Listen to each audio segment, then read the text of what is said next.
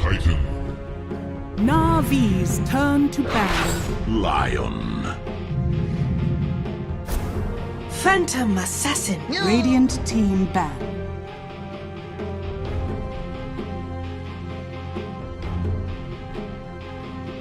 Navi's turn to ban. Radiant team ban.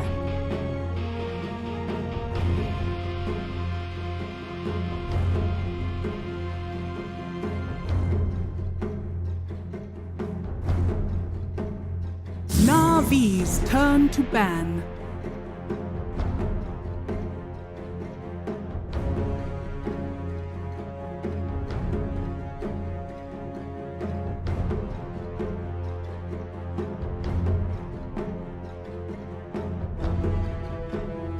Seconds remaining. 5 seconds remaining. Radiant team ban.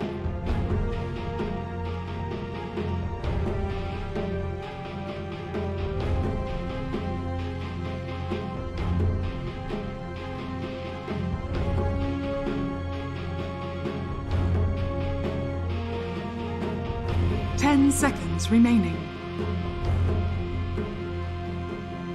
5 seconds remaining. Radiant team pick. Navi's turn to pick. Warchief.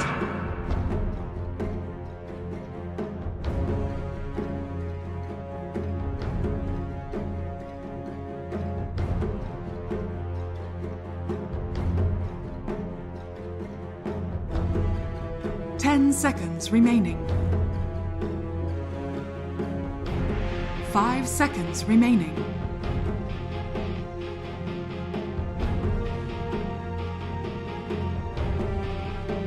Radiant team pick. Aura. Navi's turn to pick. Luna.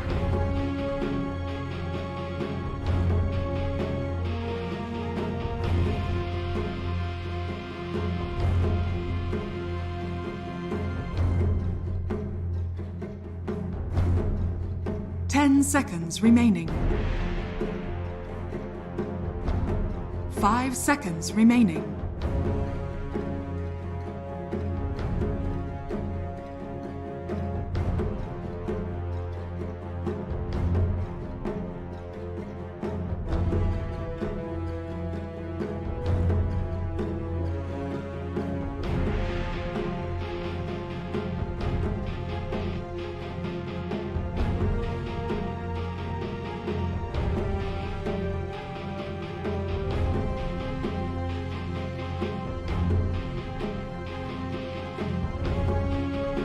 Navi's turn to ban. Tide Hunter.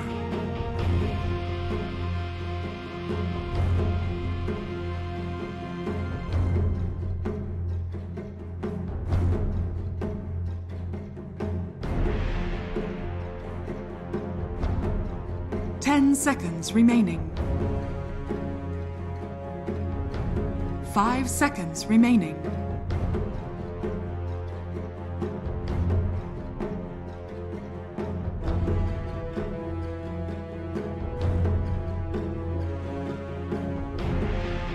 Radiant team ban. Navi's turn to ban.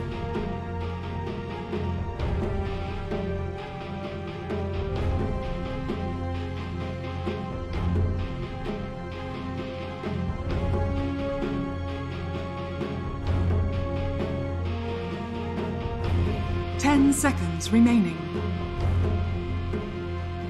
Radiant team ban.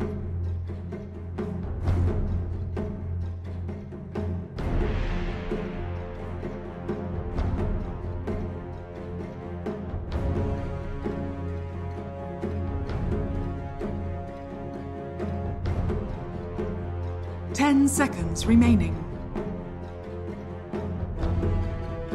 5 seconds remaining. Navi's turn to pick.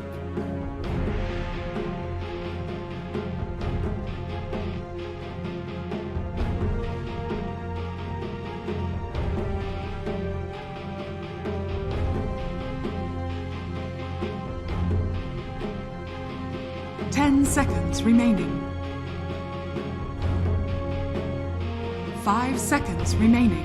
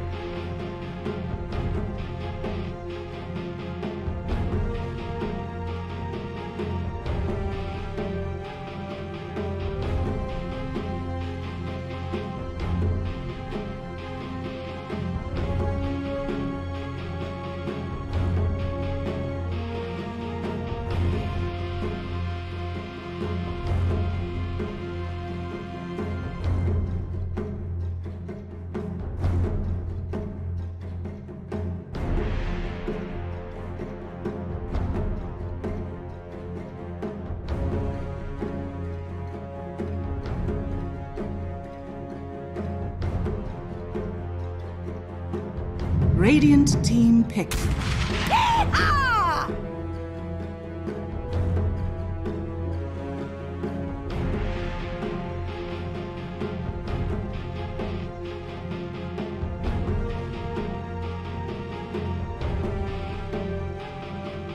10 seconds remaining.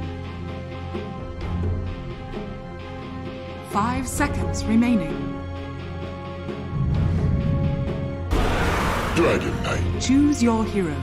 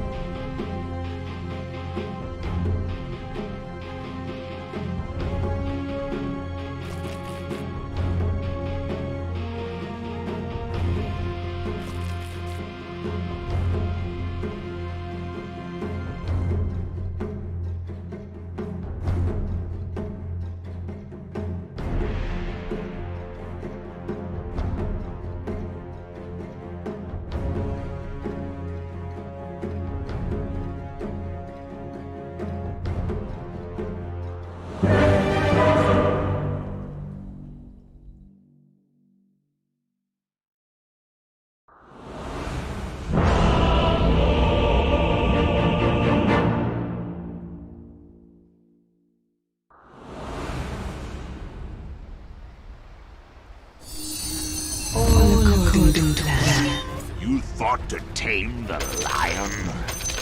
Prepare for battle. You look ravaged.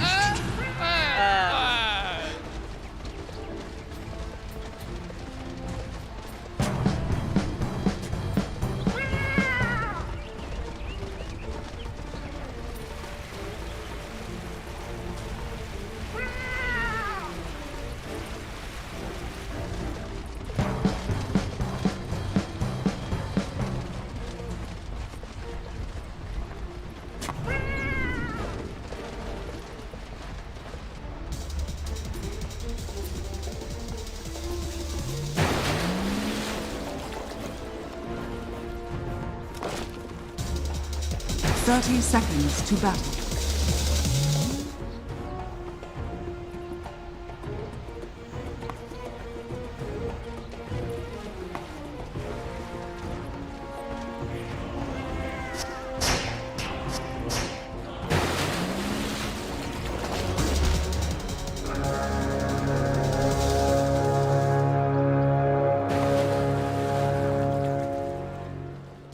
The battle begins.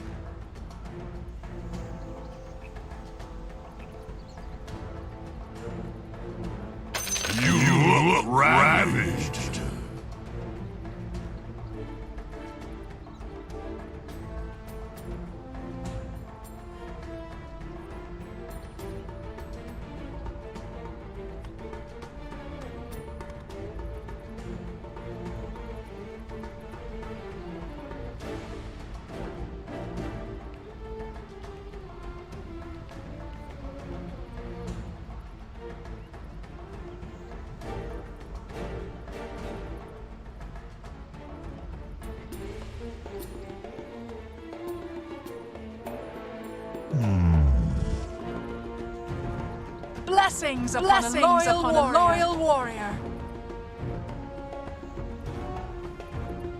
Scratch that idea. Greetings! Was that smart? You look ravaged. Moon's blessings.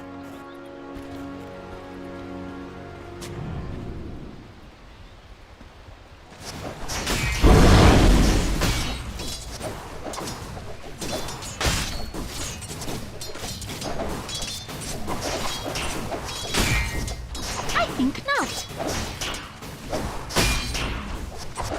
No money for you.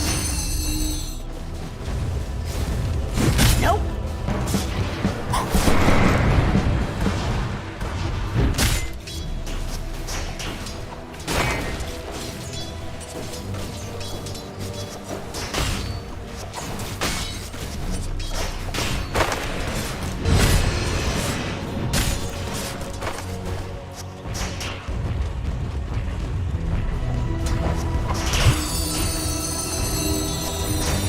Don't ask for a nickel.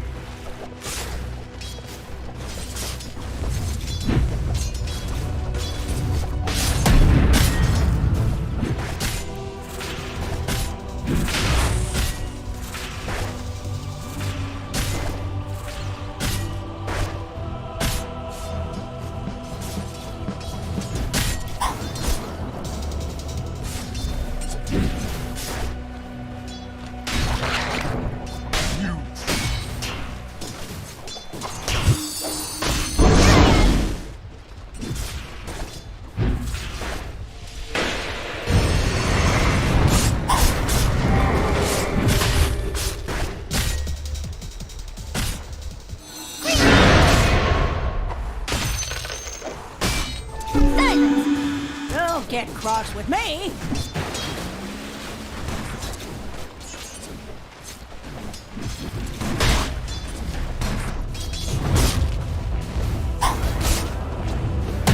As must be.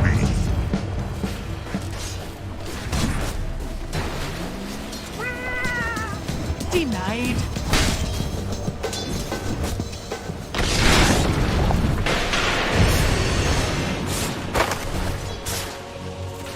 Even you should. A prize.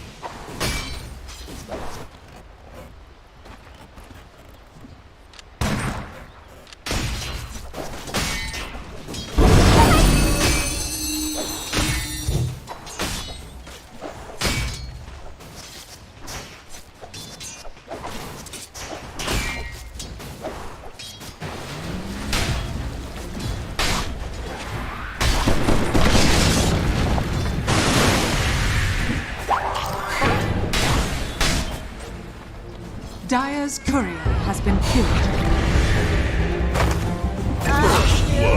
Radiant structures are fortified.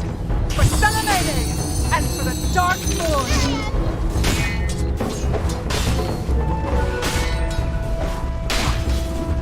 Dire's middle tower is under attack.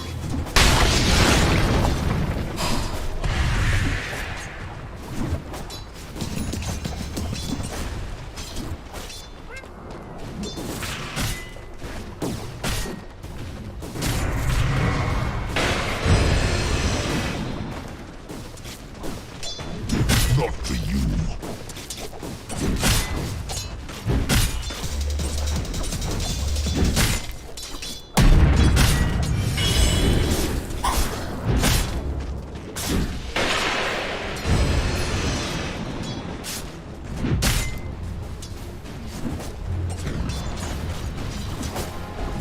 Radiant are scanning.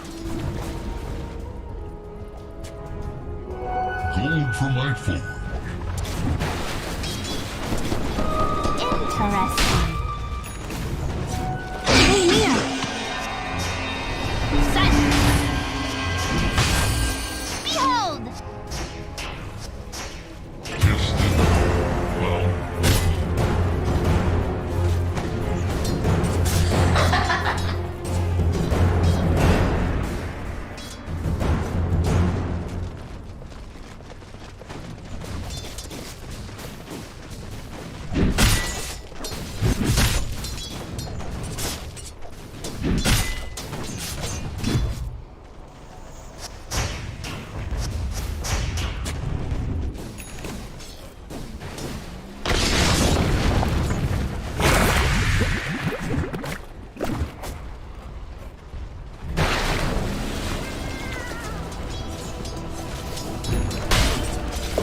Ours.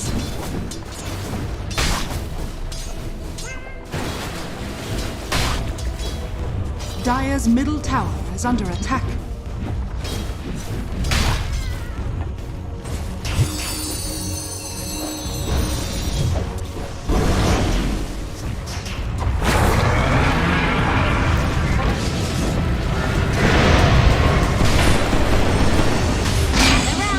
Dire's middle tower has fallen.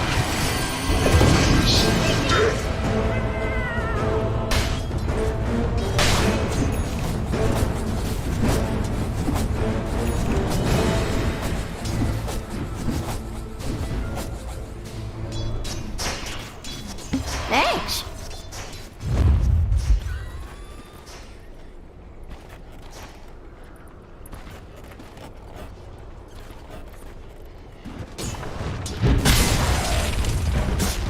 Dire Es algo que hemos estado viendo y es muy efectivo.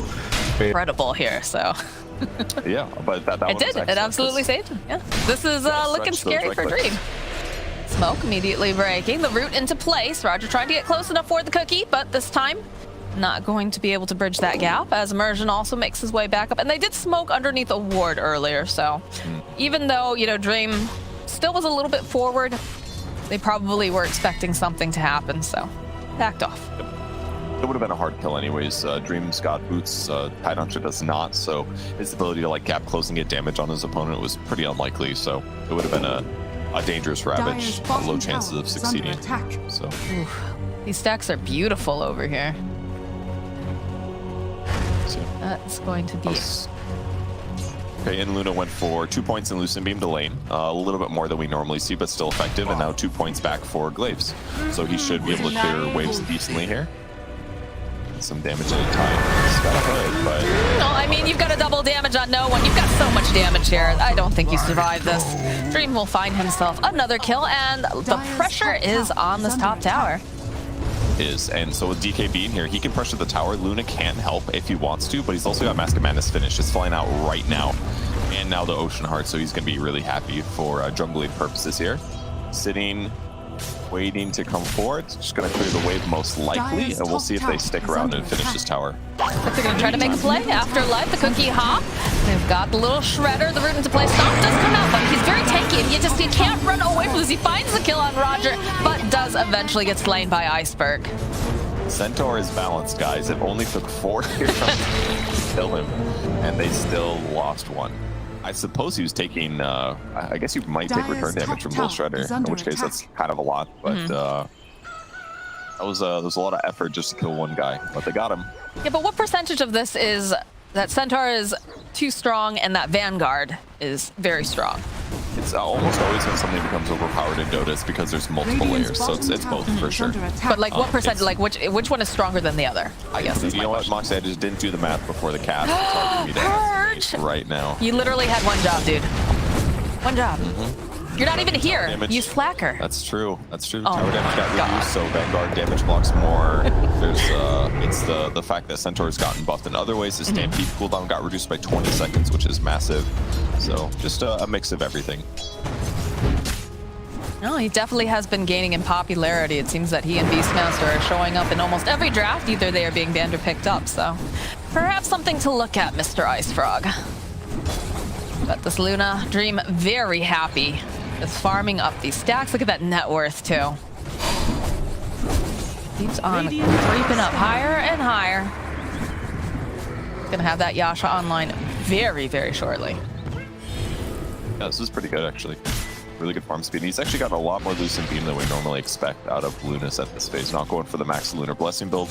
Seems like everyone has very different ideas about what the best skill build is for carry Luna. And I think I like this one a little bit better. I think not getting any Lucent Beam at all is a bit of a mistake at times, but yeah, he's gonna have Eclipse more viably ready in an earlier phase than we've seen with some other characters. Well, definitely feels like there's a lot of fighting early, but Silence gets tossed out again. Centaur, they end up using 2 ultimates, and they still have not managed to kill him. So, yeah, I would say that this hero seems very powerful indeed. Level 10, and he's got almost 2,000 HP. And yeah, he's got a Vanguard and a Hood, but yeah, it's kind of an insane bonkers amount of survivability there. That's like the easiest Dream Coil break I've ever seen. Like, oh, 300 extra damage? Fine. Keep running. And I remember there was an ESL song like a while back that was just all about running, and that's the first thing that comes to mind now whenever you say that. That was a missed opportunity. They could have tried to work that in. Oh wow. Blessings upon a loyal warrior.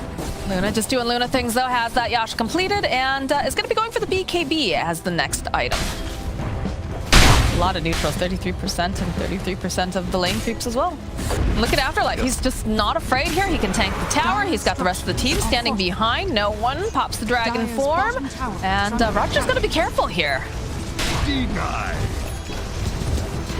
Yeah, they can't stop this. I mean, Afterlife's tanking on purpose. He's regenerating 25 HP. Great to knock out Roger, though. Had to use the little shredder, though, to do it. I mean, it's fine. Ooh, 70 mana, it's gone. They weren't going to fight anyway, so Efficiency purge. Are scanning. he's going to regen it back. It'll be no problem at all. And that's Dragon Knight ulti half gone now. They're going to get tempo like this, but what you're doing is just trying to buy time for the idiot farm. And this is one of the downsides of the Battle Fury build, is that the tempo has gone up a lot in this last patch. And if you buy a farming item like this, your impact in team fights is going to feel less. And, you know, sometimes that's not going to matter. You'll still win fights without it, or maybe with PA just not being there. But he needs to get his next big items for sure. And the timing for Lunas is probably going to be faster, but we'll see. Because BKB is just being worked on now for Luna.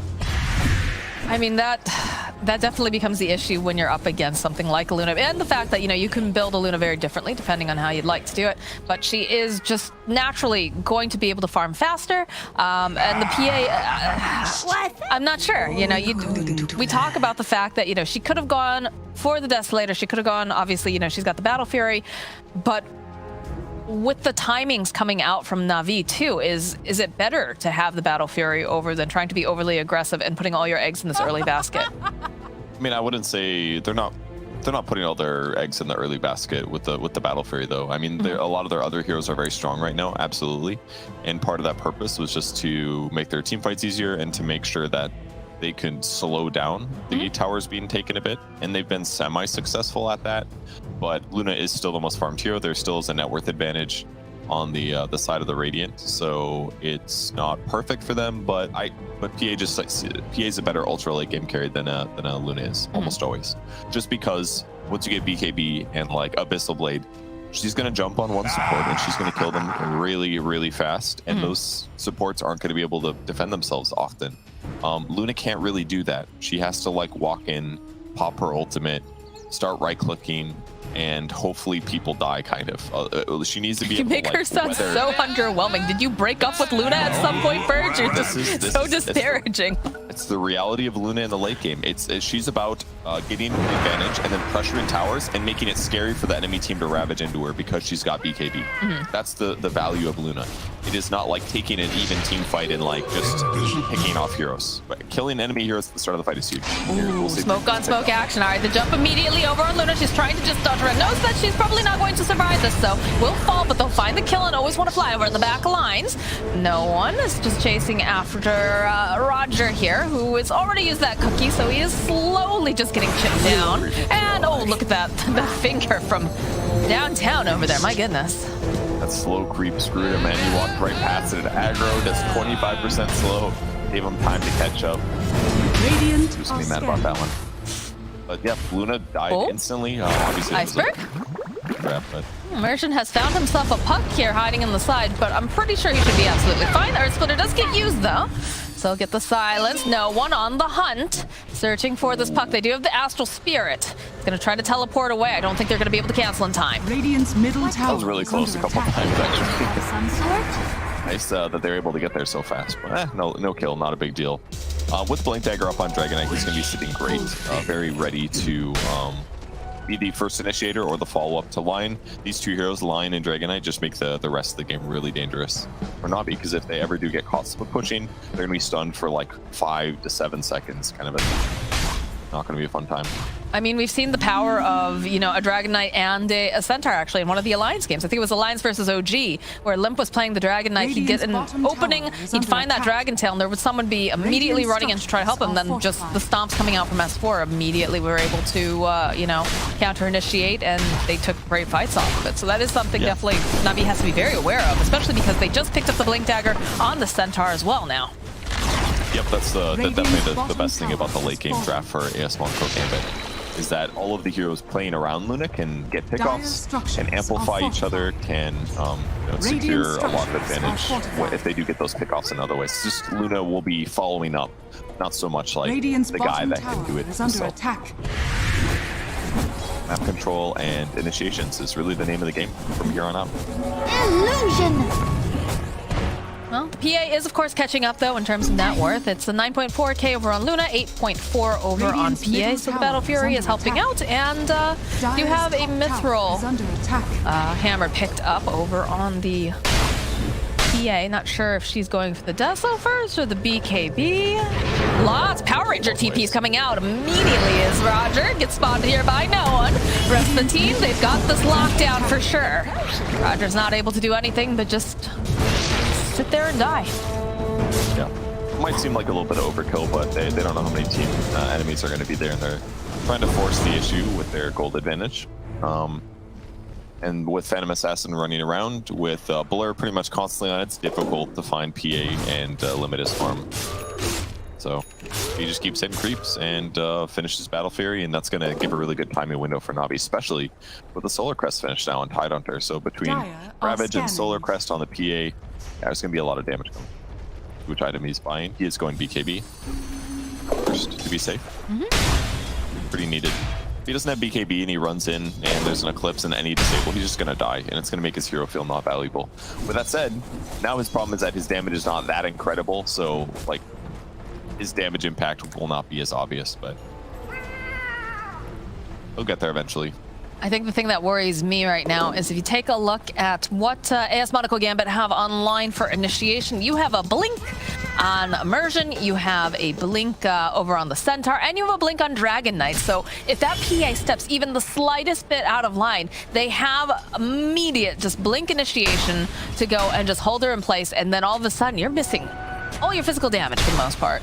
Yeah, I think getting chain stun from full to nothing is the scariest thing for PA, absolutely. But the whole purpose is reading the map and predicting where you think your opponents are going to be, and just not being there with your PA. You want to be, if you're going in first, you want to be jumping on support or something like that instead. So Vtune is a very, very high-ranked player.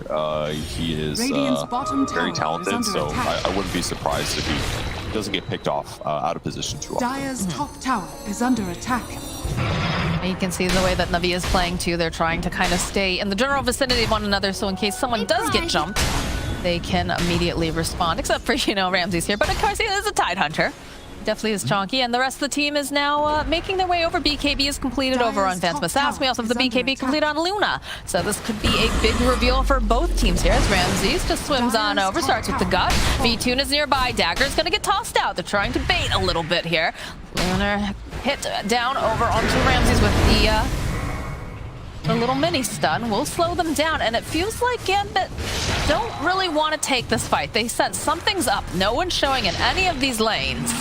Yep, they know their opponents are in the area. They got the tier 2 tower already. They don't want to waste BKB.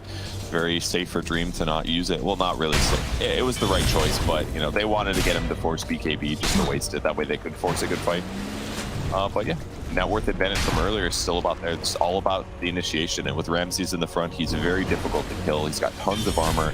He's got a hood. Could die to magic damage. That's maybe the most vulnerable thing, but he's going to get Ravage off if he does. So for now, just posturing and trying to break smokes and looking for the right initiation while Vtune farms. 3k net worth lead at around 20 minutes in here for AS Monaco Gambit.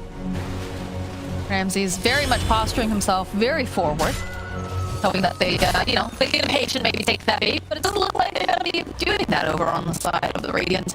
Being very, very patient, just continuing to play around with Luna, and both teams kind of mirroring each other's movements.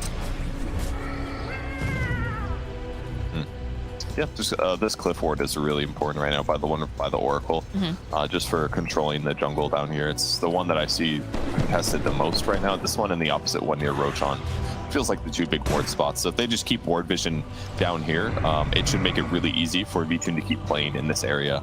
Keeps hitting creeps, keeps pressuring towards the tier 2 tower, which is going to force AS Monaco Gambit to potentially react themselves. Both jungles a little bit scary. And every time I hear this Luna use her taunt, it just makes me think of Sir Action Slacks. It sounds like he's the one making the meowing noise. Very similar tone, yes. I know, right? I can see why you're confused. Yeah. Bottom lane, though, Afterlife hopping forward. They're going to miss the Earth Spike on the Oracle here, but they're not going to miss the finger. So that's another finger stack going over for the Lion.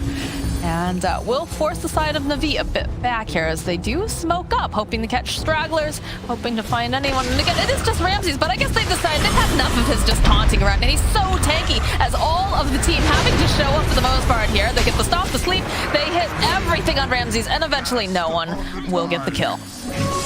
Took a lot, but they got him. That's with Eldertide in melee range, by the way, so he was losing almost all of his base armor and base magic resistance, and he still tanked a lot of damage. Having Solar Crest, Dragon Skill Phase, whose Soul Ring really helps out a lot, and that's it. But they finally get a big pick off. He didn't want to Ravage, it wasn't going to save his life anyways. They finally get an opportunity to take approach without having to worry. But their opponent's showing up. Yeah, that is the one hero on the side of the enemy team that you don't want wandering over to that Roche pit, so they'll happily clean up this Roshan, get some immortality online, and we'll go for another objective. Performance gets completed for Puck 2. And this is where Luna wants to be, your match net worth with the enemy carry. You've got an Aegis now. She's finished Sange and Yasha, so the Sunset Dew Effector aren't going to last very long, nor many of the disables. And then you've also got BKB to back up. Pupil Skip, great item for any agility hero too, so he's just like abnormally tanky at this position and difficult to kill. Kind of curious to see if he plays with the Shard later on. I know it's been talked about as popular and valuable, and he went lots of Lucent Beam cooldowns, so I assume he's going to get it later. It does the 2 attacks off of the Lucent Beam target, so it helps you, even with a right-click build, accelerate. Puts him in a good position.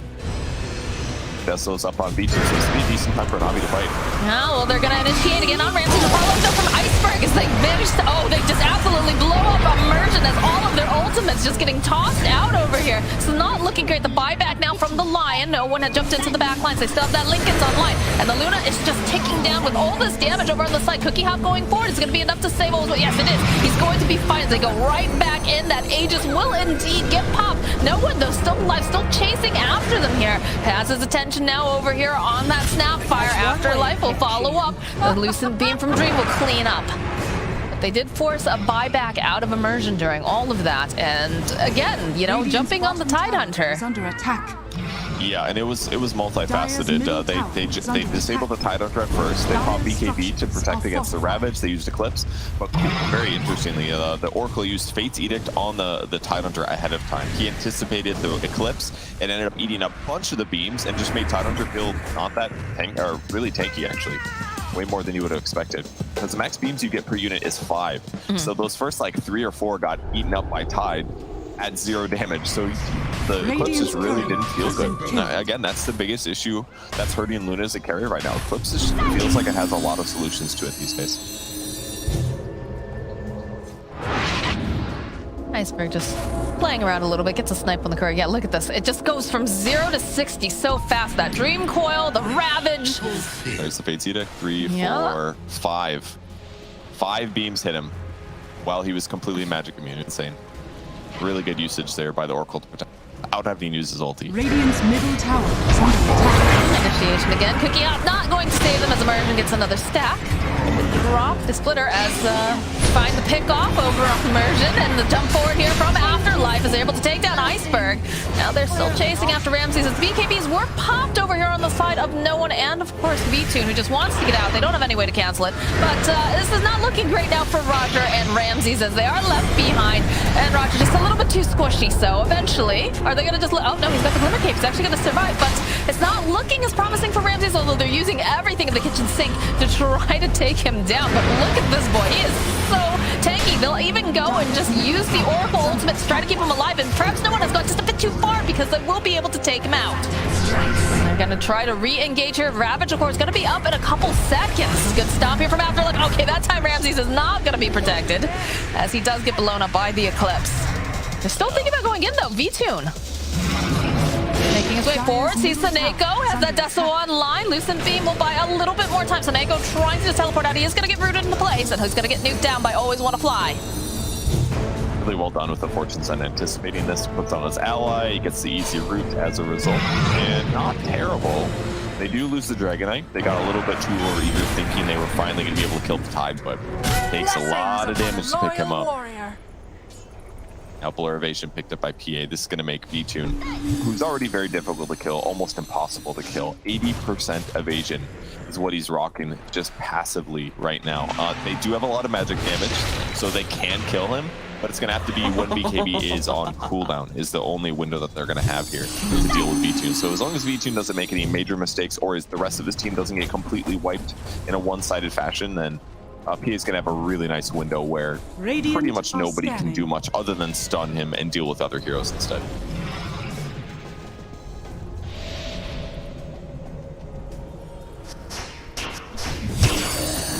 Iceberg does have a double damage bottled up, so I'm sure he's eager for the next fight, although he does have that Ags queued up. They do have a problem with all the BKBs coming out from the side of Gambit.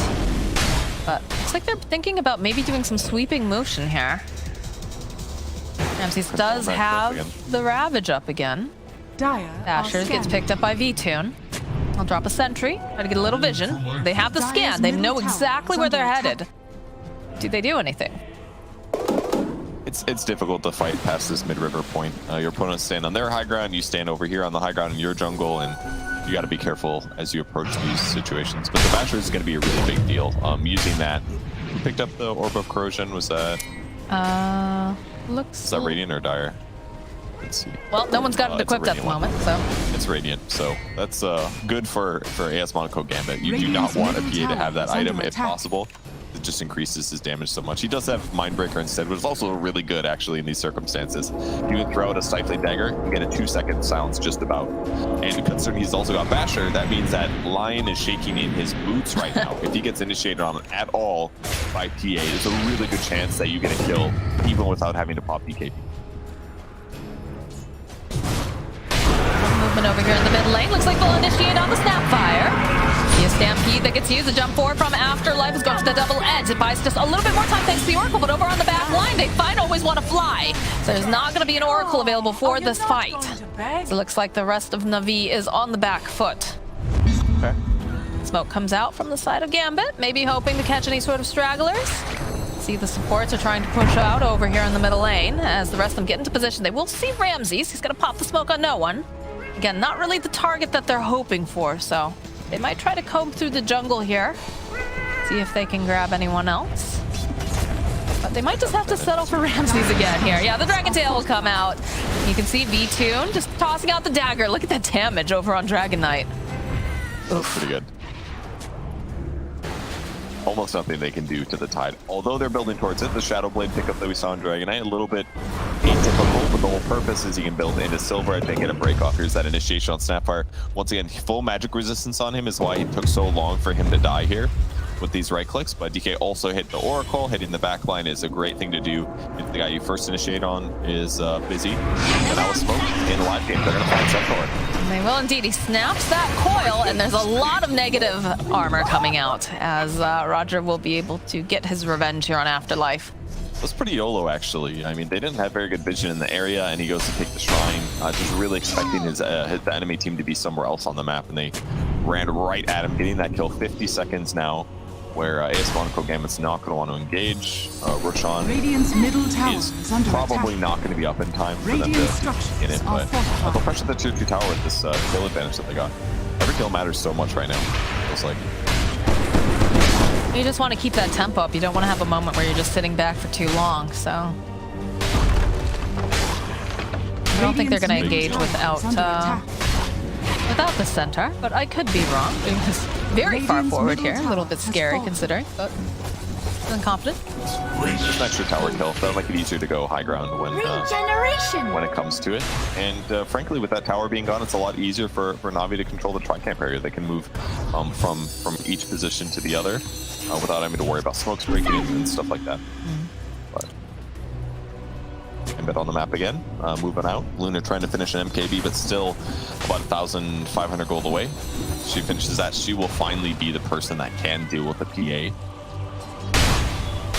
Snapfire also picking up a gem as well, probably to help get just some more, you know, map control. Try to take down any sort of vision and also try to spot when people are coming forward, like that Dragon Knight, for example, who again is working towards the Silver Edge, so. I mean, the vision's so good on Na'Vi, they can see almost everything. Let's see if they decide to jump. They've got Blink Dagger on Tide, they could Blink Ravage if they want to. Do like the way that Ramses is playing, very, very forward, very difficult to take him out at this time. So every time it seems that they go for a smoke, they usually run into Ramses first, it seems, and he's more than happy to soak up a lot of that damage.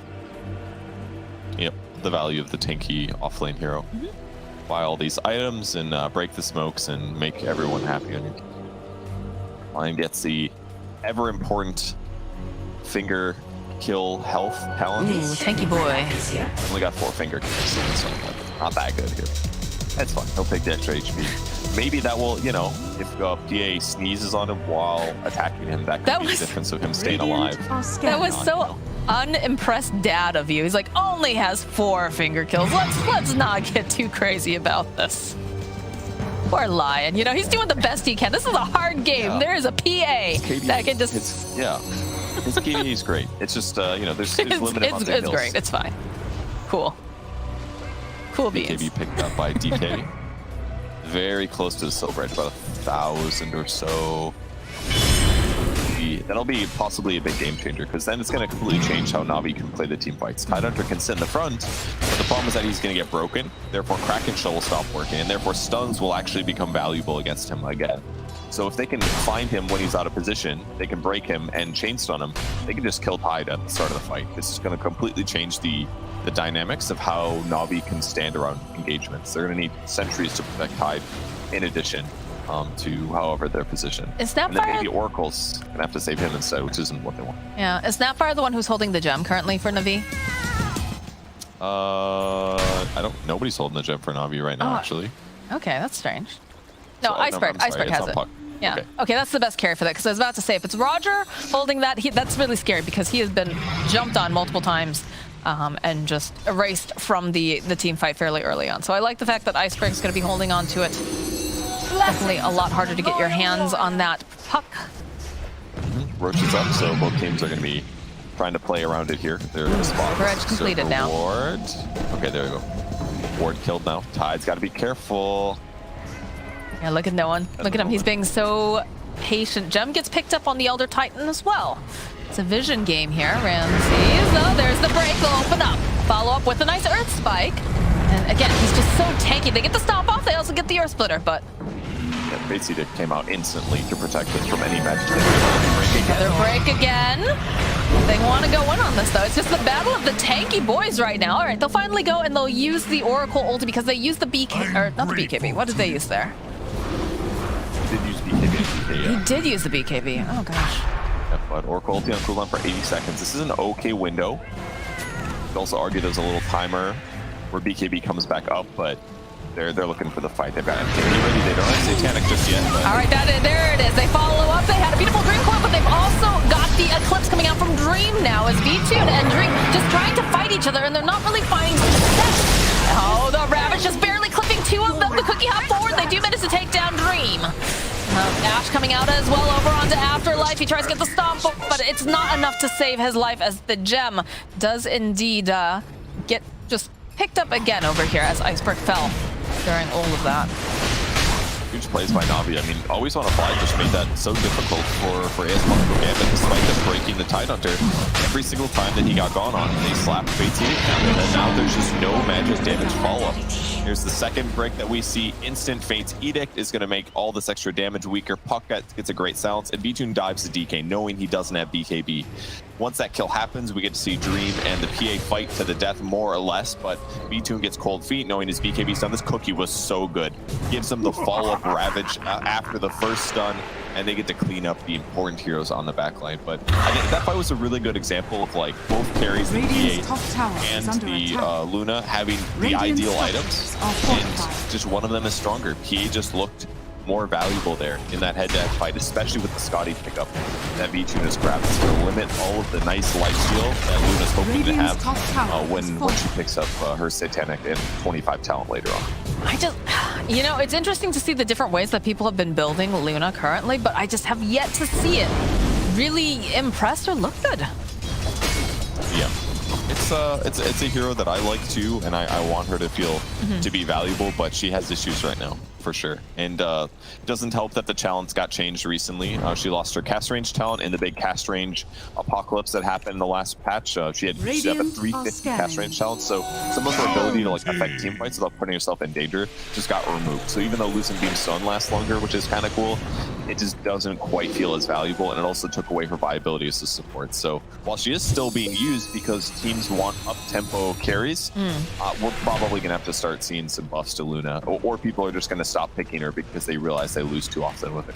So we'll see. For now, maybe she can still pull out the win. She has farm goal, but now there's a 11k net worth deficit in Navi's advantage, so it's just getting worse for AS Monaco Gambit. Is it a situation where you could possibly build her a little bit differently and maybe have more... I don't think so. Unless you try to do like Ags or something like that, to do like that hybrid cheese. You could argue maybe she should be using her shard potentially, but it's a lot of net worth, and if she buys her shard, then it's going to delay her ability to fight PA to the death. Right. This is not the game to do that. You need to make sure that you can remain competitive against PA. All right, well, V-Tune has that Aegis online and is shoving out the wave here bottom. It looks like they're thinking about going high ground here. Ninja Gear gets found by Luna. In the meanwhile, nice, yeah. Definitely something nice for her. Protect her a little bit. Lotus Orb is placed over onto V-Tune. It's rooted into place, though, as all the other TVs... Oh, my goodness. All right. You know, we talked about Centaur looking tanky, but he doesn't look tanky at all when that comes down. Obviously, the stomp, the Earth Spike. Dream Coil gets used over on the Luna. She's being held off to the side as the jump forward over here from V-Tune. Still just leashed up, and there's a decent amount of damage, but they've got the Oracle to just keep him alive and healthy. The Ravage comes out. Dream goes down, but they are going to buy back. These Word for Kisses just landing right square over onto Snake. They jump into the back line, though. They find Always Want to Fly. The Cookie up forward, though. Oh my goodness, no one is just ripped to shreds. And now V-Tune's just running over here, over at the Luna, over at the line. It's a good sleep, it's a good stomp. But can they do anything else beyond this? They bought back on so many heroes and they're just losing them. The Aegis finally goes down, but then so does Dream. Ramsey's just running at him with their face. The cookie hop forward, just a little bit too far forward over here. Not going to be able to go land on no one, but look at VG. Look at these daggers. Look at this damage, this negative armor. The GG gets called. Na'Vi looking very, very strong here, and unfortunately, the Luna still not finding success here. That was great success for PA, though, I gotta say. I was a little bit unsure about the Battle Fury, but I think Na'Vi did such a good job with their other 4 heroes to buy time for PA to become the carry that we've all seen her be. Great itemization.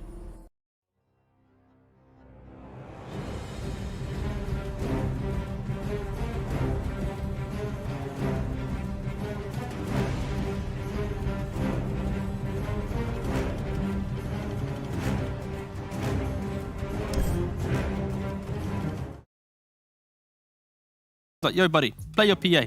But for Team Spirit, they love picking up Toronto Tokyo's hero in the first phase. Just,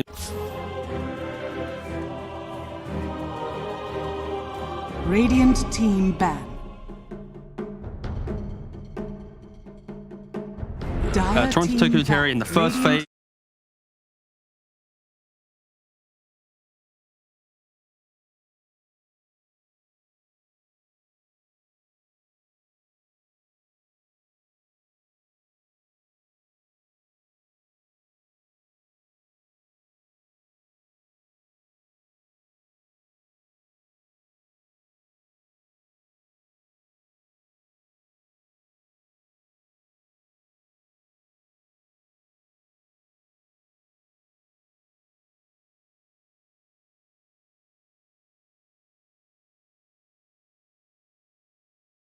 It simplifies your draft because you now have one more pick to unlock someone else's game, and then the other side to that is more you value having a different lane, having a better pick priority, so you can counter something. You know, currently the patch is mid's a little bit too easy, therefore you want to pressure maybe side lane. So this is Spirit's read of, well, we're always going to pick these heroes for Toronto Tokyo anyways. Why not give Collapse a better matchup? Yeah, when we're talking about sacrificial-wise, it's funny because the hero that gets picked 10th can be the sacrifice in the sense that you're not like making them have a bad game, but their game is about enabling the other guy. You know, exactly. The Ramses, he picks Omni Knight last. He's not going to carry the game. He's meant to make the PA carry the game. The Puro, they've been picking second or third every single game. On the other hand, with Storm, you just need some people to play around. These Storms and Void Spirits, and they do that a lot. They have like Tusk AA, they have these like support kill combos that no matter where he goes on the map, if he so chooses, he can make a play happen. And that allows you to farm more. It allows you to have more options in terms of item build on these heroes. So it's not as much that they're necessarily going to carry, but they get to play the game they want, and it'll dictate the pace of the game for the team. Little Mars pick here. Figured it had to be Mars or Void Spirit. Yeah, no, I was Team Spirit, like, right? yeah, you see a puck, yeah, you're gonna go for one of those 2 heroes. Surprised Mars hasn't been seeing much play. Has it been getting banned every first round? Usually we're not in the draft by the first round. It has been getting banned in either the first round or the second round a lot. Especially for these 2 teams. Collapse, best hero, Mars, easily. After that, maybe a Slada. And then you look towards Windstrike, Rebel plays it mid, and also they can play it off lane. So yeah, these 2 teams are probably the biggest Mars, teams out of this region for sure. Yeah, it's pretty crazy how much of a difference there is between a player's like top 1 or 2, maybe 3 heroes and the rest. You know, people say like, aren't they just better than that? Well, it's like your best hero is just so much better. They bring more to the game, right? They have that read on how like certain players, they're kind of stubborn in the way in which they think they can play heroes, but they just play them to like that level. A real player who has like that specialist hero pool, they can pick that hero, identify a weakness, and then itemize, and you see this new plays coming out. Specific adjustments to the specific game. It's where some heroes, like for instance, I would feel comfortable picking Slark in almost any game and trying and I would be able to adjust as best I could. But maybe in a game where I'm playing Luna, a carry I've played 100 times, 150 times, I would have to have it be 8th or 9th pick in a game where I'm like, I know what I would do based on those 4 heroes in the game. It's just less situational awareness, less ability to adjust. How many times have you played Slark? 730, I think. Okay, so I was just trying to give some context of like, number-wise, what's the difference? Almost every player has like at least 2 or 3 heroes that they've played 500 plus times. And Spirit Breaker, guilty. Yeah. Oh, I love to hear it. Absolutely majestic. This region though hasn't played it. Bit upset. Yeah, Spirit Breaker. 10 seconds. He's weird, man. It's just his early game. I think his map presence, like 15 minutes plus, is really great, but it's just the first like 1 to 3 levels. Like as a carry, I would 10 times rather be laning against a Spirit Breaker 4 than like a Willow or, you know, the Snapfires of the world. For sure. Oh, there's a Snapfire. I wasn't even looking at the draft. I heard the lion, but we were so busy talking. Yeah, they apparently they're saying, okay, Team Spirit, you want to play some area? You want to play in some team fight area? We've got a good combo for that as well. Puck as well as Mortimer's Kisses. Lock people down, throwing a bunch of damage in that area. Well, this was the first time that we saw the Snapfire 5 was from Windstrike. It was Phantom playing it with that, you know, little Shredder Blightstone build. Of course, we then found out actually they got it from Chicken Fighters in a scrim, so we're still yet to truly find out who brought it to the scene. But it was devastating. And Panamin in the interview, man, just play Snapfire. So easy, you can just carry the team. It's such a broken hero. Yes, and it feels very good against all of these 4 ranged heroes, which seems to be the current meta. Is a lot more ranged 4s rather than the Clockworks, Earthshakers of the world. Yeah, the funny thing about the pace of the meta is that if you pick an Earthshaker, it actually tells you you're going to play a slower pace. And I think these melee 4s usually need an item or two to feel impactful, and thus you actually are starting to pick ranged 4s with melee 3s because the guy that's doing shit on the map gets online at 8 minutes rather than 14. Radiant team pick. Is there going to be a Faceless Void this game with the Snapfire? I think it heavily depends on Spirit's pick here, because of course Windstrike has the last pick in this phase. So I'd love to see from Windstrike then pick up a strong 4 here, and then for Spirit to reveal 4 heroes. Then you get to go for that carry pick. For Spirit, 10 seconds. Most likely they want to just go for their position 5, unless they see a glaringly obvious pick here. Juggernaut's banned out, Wraithking's banned out. Lifestealer doesn't feel that great, so yeah, I think just a casual position 5 here, see 1 more hero, then pick the carry from Spirit. Windstrike will then obviously respond with. Do you feel like you need a save for this Puck against the Mars Lion, or do you just tell your Puck player just don't get stunned? Maybe somebody else that goes first or stands in front. Something like a Tide comes to mind right now, based on the lineup I'm seeing from Team Spirit. You want that beefy boy that, hey, dare you to go on this guy? I mean, like the Lion and CM, they don't have this damage deal with any of these beefy boys, right? Like, sure, you have Finger, but the way that Spirit's killing someone right now, it's the comboing up for Toronto Tokyo to have a good game. He's a bit tired there, but yeah, it's nice to see Spirit actually kind of diversify away from kind of the drafting pattern that they had. Like, we had a brief look at their Dota buff and we just see, you know, mid instantly picked. So I'm expecting, okay, maybe they're going to follow that script. But no, coming into this game, maybe that Mars is that flex pick that Windstrike has done before. Maybe that's what Spirit's doing themselves. Okay. Now, is that a 4 Enigma or a 4 Enigma? We saw Tundra do 4. I'd love to see it, personally. You see both the support duo, like, it's hard really to now deal with a core Enigma with. I'm feeling Medusa or Spectre for Team Spirit here. A lot of the carries are getting banned out. Spectre, yeah. You want either Spectre. She's really hard to counter to Enigma in team fights just because of the chaos that's created from Haunt and the potential to jump the Enigma before he black holes, or a hero like Medusa that just stands her ground and you don't have to want to black hole her in the first place. Okay, so they actually elect to wait for their carry, which I don't necessarily like that. Just because now they can counter this Slardar in lane. This is how they deal with the Enigma. It's what we've seen from other teams so far in the patch, which is just we have a mechanism to go for a quick Aegis, and then we don't care about your big cooldowns because we have this carry who's been giving some, 17, 18 minute Aegis, throw the body in, waste your spell, suddenly we win the post fight. Any Drow pickers? Is Drow too weak with Snapfire? I just think if you Slardar is one of the few offlaners that I think you really, as a carry, just draft a shit on his lane. My fear is it's either it's feast or famine for the hero. I like that, but like it's so dependent on win lane that when you get into the game, you're playing into the chaos of the Mars Arena at defense. When you're trying to siege, you're going to have this Blink Dagger Slardar. Yeah. Plus his ultimate last bit. Yeah. If you want to go more the carry route, I think PL. Illusion heroes are also very good against Slardar, but you don't want to pick Terrorblade. You can't pick Terrorblade into Lion. Yeah. So I think PL or Drow come to mind for me. If I were playing carry in this game is what I would want. It just depends on if they're going for the timing or they're going for the, we have Black Hole, we have the hard carry, we win late. Personally, since you have Enigma, I'm less concerned about having a win condition in my carry. Yeah, someone who can play out their lane and be there with confidence, because you have to think about Mars and Mars will have the time there. Okay, did go. Lifestealer into Slardar? What? That's actually really confusing. I would consider Slardar a hard counter to Lifestealer. It is. Well, we've seen Lifestealer change a decent amount. I was curious if you guys thought it's still... it's the same thing, I think. I think the key thing here is in the 1v1, Slardar will come out on top. But with the Snapfire coming in as well, that minus armor, the ability for Lifestealer to try and man up as well, I think we can easily see Slardar being killable. I think what Lion brings to the lane, Lifestealer removes that instantly with Rage, right? So I think purely in the vacuum of Snapfire, Lifestealer lane together, plus an active 4 because of Enigma, suddenly the Slardar v Lifestealer matchup doesn't feel as bad because you have 3 people, you have minus armor, you have a way to kill him. Remaining. I'm totally ready to be proven wrong. In terms of counters, like in game as well, Slardar is like a 9 out of 10 towards Lifestealer.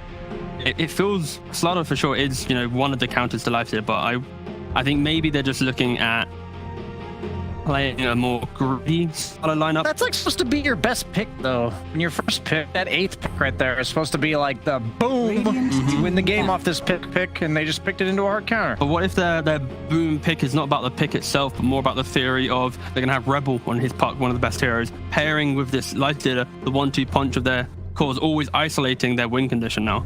They pick a Slardar active hero enabling, Mars enabling.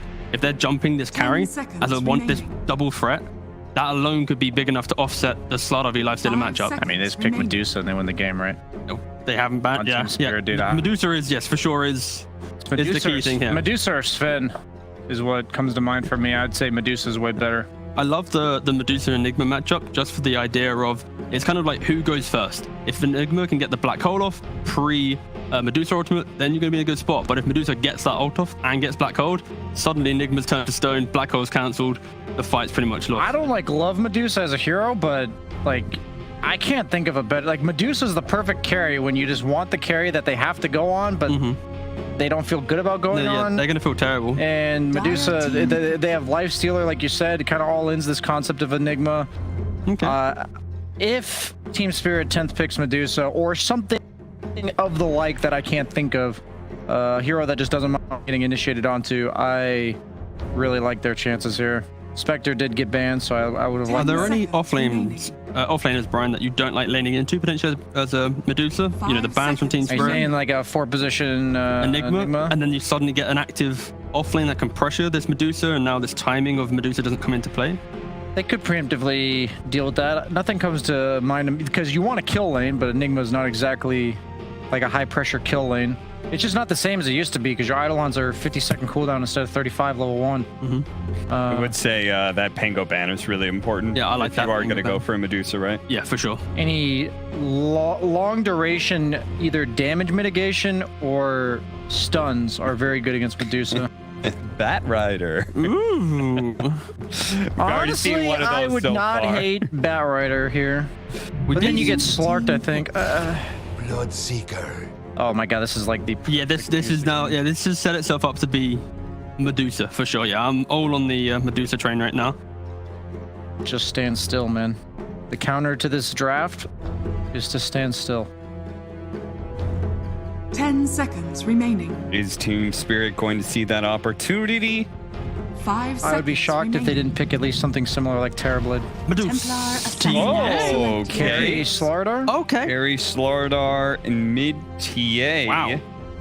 I will admit, I did not expect that. No, we didn't. Whew, some little creativity coming here. Do you think they knew that was coming? Because part of the problem with Lifestealer versus Slardar is the laning phase, right? But if they saw that, if they knew it was carry and they're like, oh, this is offlane collapse, he's gonna be playing the Mars. He's super good at it. I mean, they were banning offlaners, weren't they? Yeah. Or they banned carries. No, they were banning carries. They were banning carries, so they assumed you mean Mars and offlane Slardar. I'm just okay. Team Spirit coming with a bit of a new take. Again, fundamentally, it's just going to be TA win condition, Slardar, play out your lane, unlock Roshan, blink Deso, Aegis on TA, run over your opponent. Yeah, you talked about that quick Aegis with Slardar. Yeah, TA's gonna accelerate that one.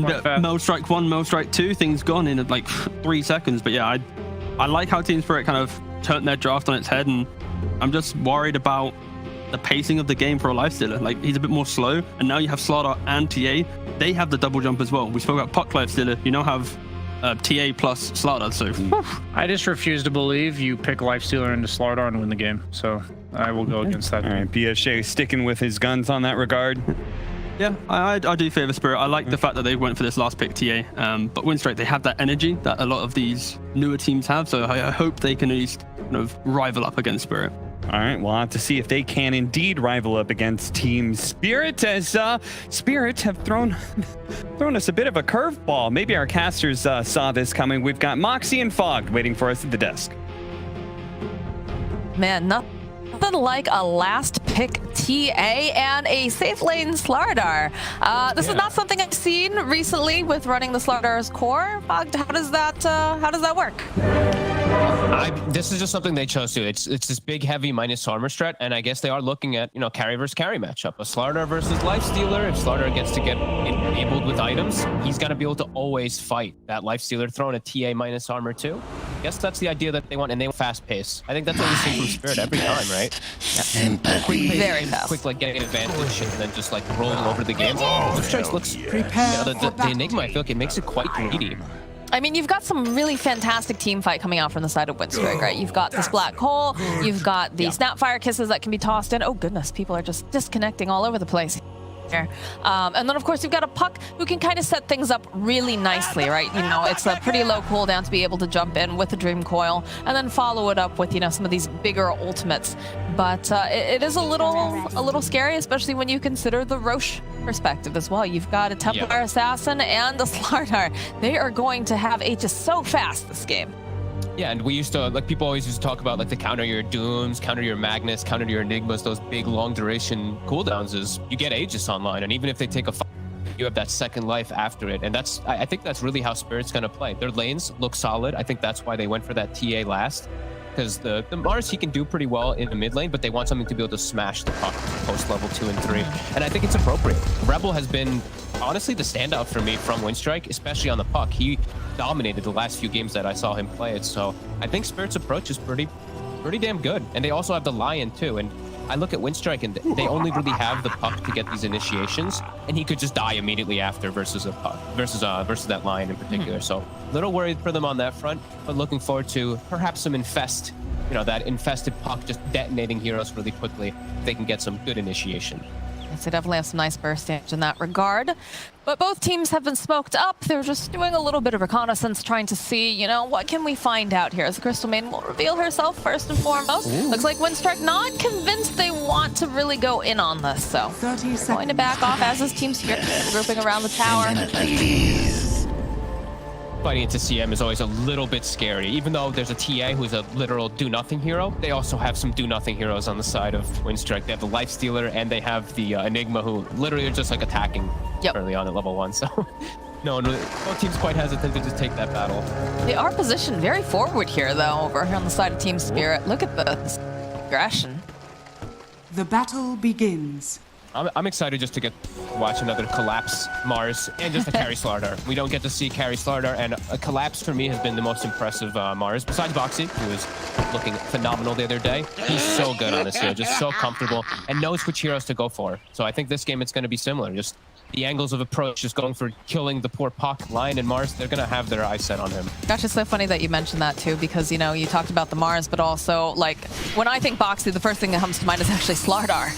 So me too, yeah. It's kind of an interesting game here for sure, but everyone has just wandered off now into the lanes. We're up on that CS, obviously, and probably not going to see a lot of aggression coming out right away for either team.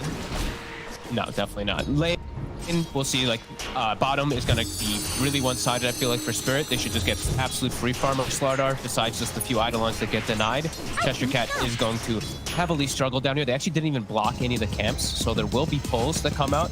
As Miposhka kill his sentry in time, but that's okay. We'll have the small camp available to pull it back. Phantom and Mira just kind of trading hits here. Do have to be a little bit careful, though, because Mira definitely getting the better end of this trade and also able to immediately take down the sentry, block the camp. sort of set up the lane very nicely for collapse there. Yeah, a lot of time Lifestealer is pretty good versus the Mars, but I think with the backup of Lion, it changes it quite a bit because there's those double forms of Disable and Lion. I mean, the harassment, it really does start to build up. So Lifestealer does have to be a little bit careful in the first few levels. And yeah, we'll see if this Enigma, if this greed does pay off. I'm a little worried because I really feel like the mid matchup in particular is going to start getting pretty one-sided pretty fast. The first 3 levels, great for Puck, but once TA hits 3, 4, 5, it quickly starts to get much worse. It's interesting that we're starting to see this Enigma show up in the jungle more and more. I'm trying to remember which player did this recently, where they just went off to the jungle, showed up, and just made a huge impact. Was it Snaking? It was Snaking. Yeah. Right, yeah. I was going to say it. Yeah, he did really well. He actually got some really clutch black holes in the game too. And I think it's probably the best way that you have to play the hero because of just your conversions are so bad, like the cooldown now. If they get killed in the laning phase like early, you have like 30-40 seconds when you're doing nothing. Can't actually deny the same like double range creep every time. So you just have to play your own game. Back to the old days of Enigma. I was about to say, man, it has been a while since we've seen someone just straight up just walk right into jungle. Used to be an actual thing way back in the day, but it is interesting though. I wonder now, because we're seeing so many of these Enigmas right there heading in the jungle, if we're going to be seeing a resurgence of these roamers a little bit more that can really put the pressure down, because he does tend to sit very low. They have to be so careful down here. Yatro and Poshka are just slaughtering Cheshire Cat. We need maybe one more hit and Yatro will find it. This is going to be really problematic. This Slardar is going to be absolutely huge. CM, I actually feel like Miposhka now soon at some point may just be able to just like ditch the lane soon. When they get in a good position, the Slardar can 1v1 easy versus Bloodseeker, and CM has an open map. And then what you're mentioning, you know, if he's able to just like walk into the jungle, find an Enigma, that'd be a blessing for Miposhka. Well, I think it's one of the things that you have to be very aware of, especially after watching, you know, several of Team Spirit's games, is just they reach a certain point and then it's just, they don't stop. They know exactly what their power peaks are. They know, you know, their item timings, and they're just going to group up and be extremely aggressive. And as I say this in the top lane, Diracho is not looking great because Collapse will find himself a kill on the Lifestealer. But I mean, in terms of like looking at their draft, Fog, this is such an aggressive team very, very early on. They're not going to be able to find a footing if they start to fall behind at all on the side of Windstrike. I absolutely agree. I don't really see the purpose of when they picked the Bloodseeker, you know, I didn't see like some standout being like, damn, it's a good Bloodseeker game. It wasn't really showing anything. You know, these heroes from Team Spirit, they don't really care if they get ruptured as much. They just stand in the Mars arena and fight as... Ratatokia's so mad. He's so mad. He watched it just get denied in front of his face, and Ratatokia was having none of that. Shouldn't be too mad anymore. He gets himself handed a free kill. Yep. That's okay. I think this game is going to get pretty one-sided pretty quickly. Like, Lifestealer is not getting a good start up top at all. I feel like it's going to get progressively worse as we see Collapse. Just early game items. Just Soul Ring straight into Orbital Corrosion so that they can constantly harass this Lifestealer. And Diracho's game is going to be quite slow. It's just so difficult, right? And you figure, you know, he does have that little bit of an insurance policy in the fact he has, you know, Rage, but Cookie Hot 4 might be able to find himself a little bit of a kill here as he uses the Rage. He uses the Ferret Fire, so he does manage to get a kill on Mira. So that definitely feels a little bit better, but does have to be careful because, again, the aggression coming out from the side of Spirit is intense and furious here. Still just not really getting many last hits. Like 14 last hits to the 27-16 of the Slardar, who's also getting kills enabled on him. Lane? No, just a little bit more pressure over Collapse, but when you don't have that cookie available, you have no way of locking them down and holding them in place. As Mira making a rotation here, hoping that maybe Rebel will get a little bit too aggressive perhaps, but Rebel is gonna back off, realizing Lion is nowhere to be seen on the map. Maybe now is not the time. Yeah, he's smart, plays it careful. The lowering Collapse up top to like 200 health is actually quite nice. Even if they don't kill him, it's actually opening the lane bottom for Cheshire Cat because he has all the thirst stacks. He's got like 400 moves. They can't actually go for the kills on him.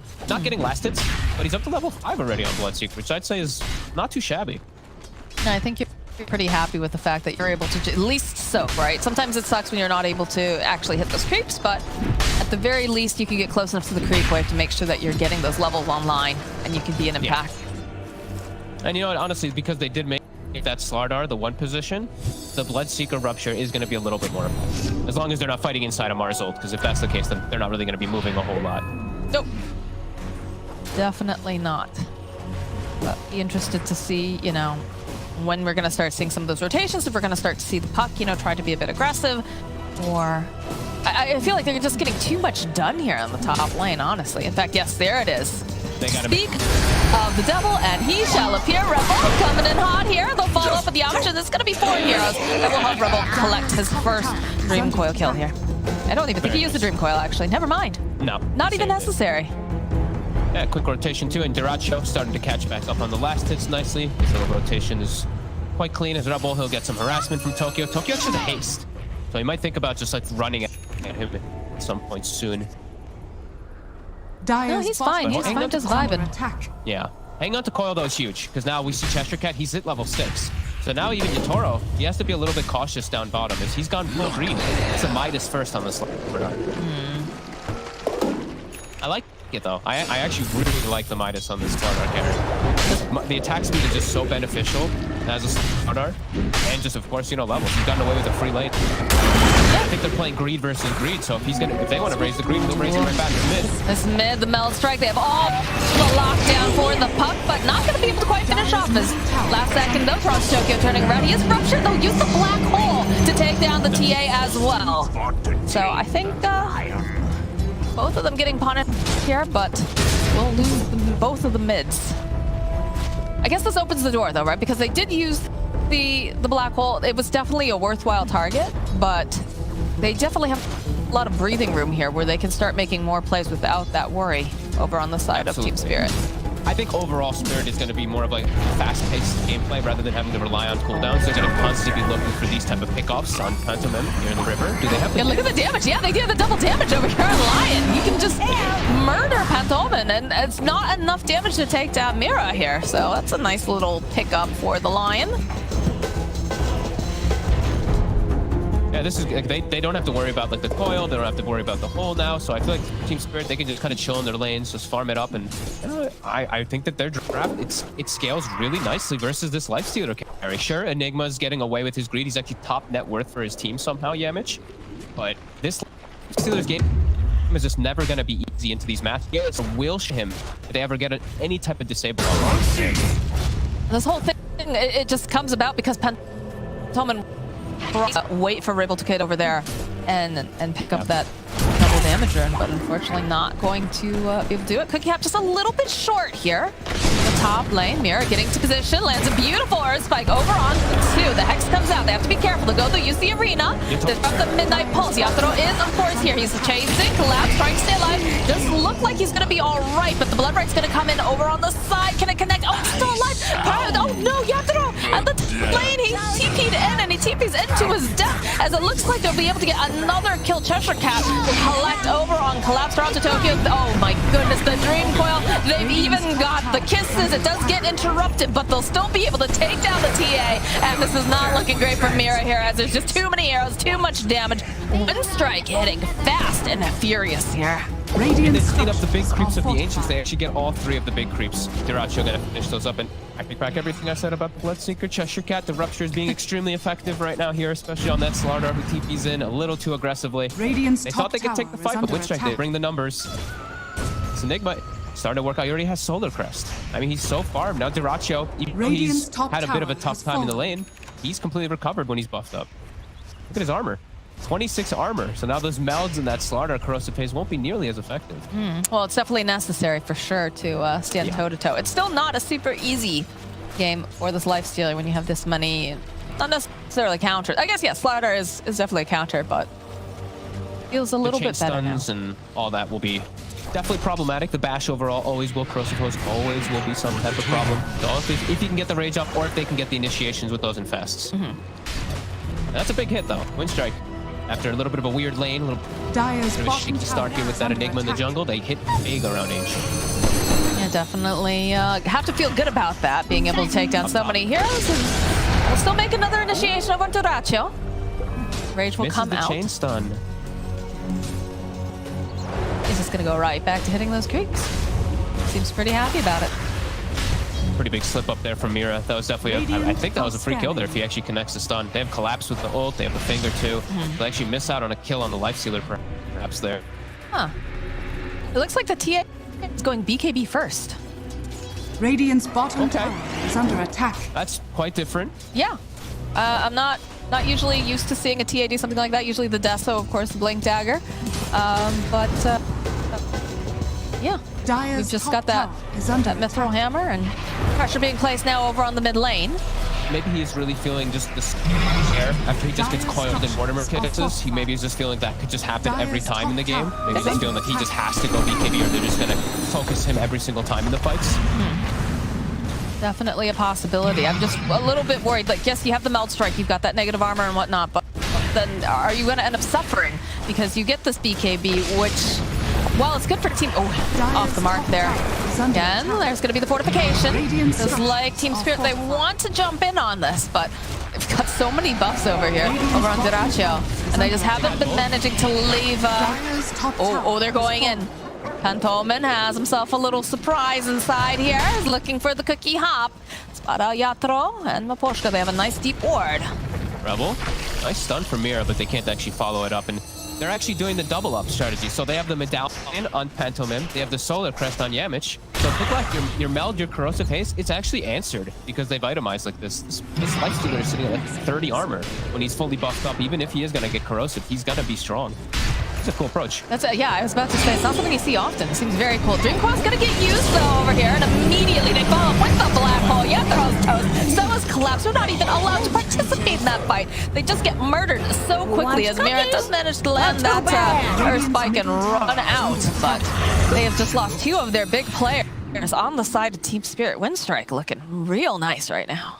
Yeah, and they're the ones being the aggressors. I actually did not think it was going to be them looking for these constant moves. I thought it was going to be Spirit because of that TA and that Slardar just having that big advantage in the laning phase. But no, Ward gets placed down. They instant jump. Yeah. Making all the right moves, and they had just great vision. That was definitely worth a black hole there. Yeah. Very nicely played.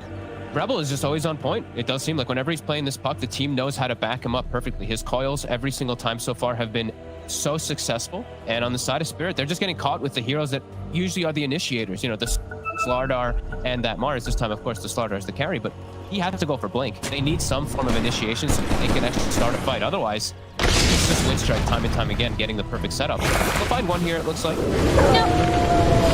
We'll use the Crystal Maiden ultimate, but the cookie hop upon them in.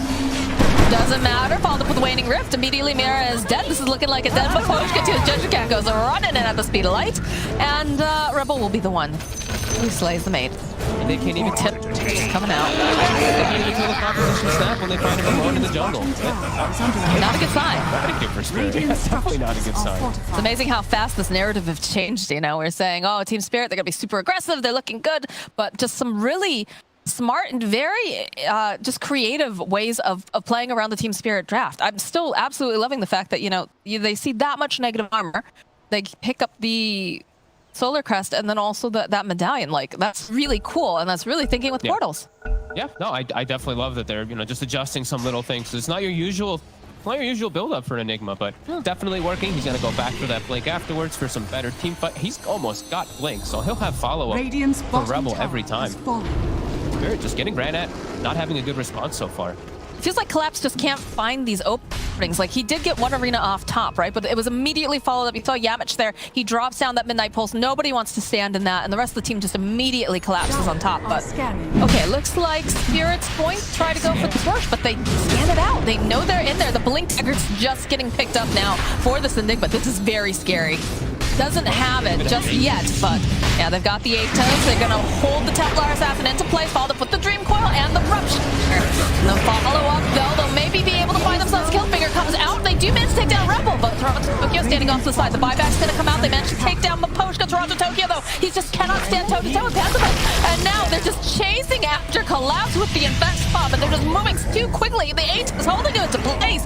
Windstrike surgically just ripping them apart. Yatro is still up here. He's got to be careful. They don't have anything to cancel out this TP, so he is just barely going to make it out. His mirror is heading for the trees, praying, please God, don't pay attention to me. But that is the Roche that is going to be lost for Spirit and claimed by Windstorm. That may have just like ruined the whole game plan from Spirit. Like, they are all about Roshan with Slardar and TA, but TA just got owned. She got ruptured, stood still, and I don't know what happened afterwards. If he was still ruptured, he BKB'd at the very end and then just dies.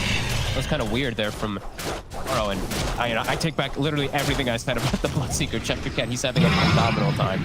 All these ruptures on point. And look at poor Tokyo. Just yeah. I don't. Did he fat finger it? I don't. Like, you're not surviving that. That was definitely a bit weird, and that was the thing. Is Spirit was the ones trying to make this move because they knew that the Enigma black hole was on cooldown, but they can't even get that roach. They're trying to make something happen over here, but it's just too scary. They're all grouped together. It's falling apart quite hard. Like Collapse, he went for all those early game items: Phase Boot, Soul Ring, Magic Wand, Orb of Corrosion. But now he's just so far from Blink, he's actually not even looking to build up for it, which that's really painful. They need their offlaner to be the one to go first. Instead, it's Yatoro playing the offlane from the safe lane as a Blink Slardar. Double damage, spotted out over in the bottom rune spot. Windstrike looking to pick apart anything they can. This has given them so much vision. It's okay. Pochka hoping that maybe that little extra armor would help or something. I don't know, but just getting ran over. They just can't. They can't find a footing. Yep. Any type of pickups either. No blink daggers for good initiations. It's the carry with the blink. And he doesn't want to blink to start these fights because he'll just die instantly. Right. So they really need to. Honestly, I think Collapse. There's no way he can go for anything else. He needs to get a blink, or this game is just gonna. It's gonna end without them being able to do anything. Versus Windstrike, who now has all their ults up again. They're just gonna hunt as soon as someone shows. Oh yeah. Well, I mean, they know exactly where Collapse is, so I'm surprised. I was about to say, Yamcha is gonna break down all the trees. Gonna run on in here, just chonk away here over at Collapse, and just put down that damage. Radiant's top tower is under attack. You know, when it was one of those games, Fog, I love like being able to, you know, we looked at this draft earlier and we're like, yeah, you know, this is just gonna play too fast. Well, they lose the courier. But I believe the blink was delivered at this point. But, you know, we looked at this draft and we're like, yeah, it's such early aggression, you know, this is definitely how it's gonna play out. But Windstrike proving me wrong for sure. And just looking so good while doing it. Yeah. It's like it all kicked off that top fight, right? Where Yatoro makes the first move and just die instantly after showing up with Midas. They use Collapse's ult, they get nothing out of it too. It's been a massive snowball effect. Just great aggressive moves from Rebel and Cheshire. They jump in immediately. They just take out Maposhka. Easy Infest just hopping a creep, running away here. Yatoro joining in as Toronto Tokyo. To get them off of this tower though, guys, is the question. It's Windstrike, they're not gonna let up. They know they've got this advantage. They've got a puck with an Aegis. They've got an Atos. Toronto Tokyo just melding in place. Doesn't want to go forward, has the refraction up at the very least. Does. They'll use the rupture. They go right in. They pop the BKB. He's trying to just man fight, and he just stands there though. That's not what you want to be doing. Solar Medallion. It's absolutely just it's full countering Spirit. They just have no real actual magic damage. It's all physical. It's solved. He's even got evasion too. He's got the halberd. Best item you can pick up versus TAs in most games, and versus Slardar too. It's really strong. Just they don't have any damage to be able to take out much of anything on the side of Windstrike.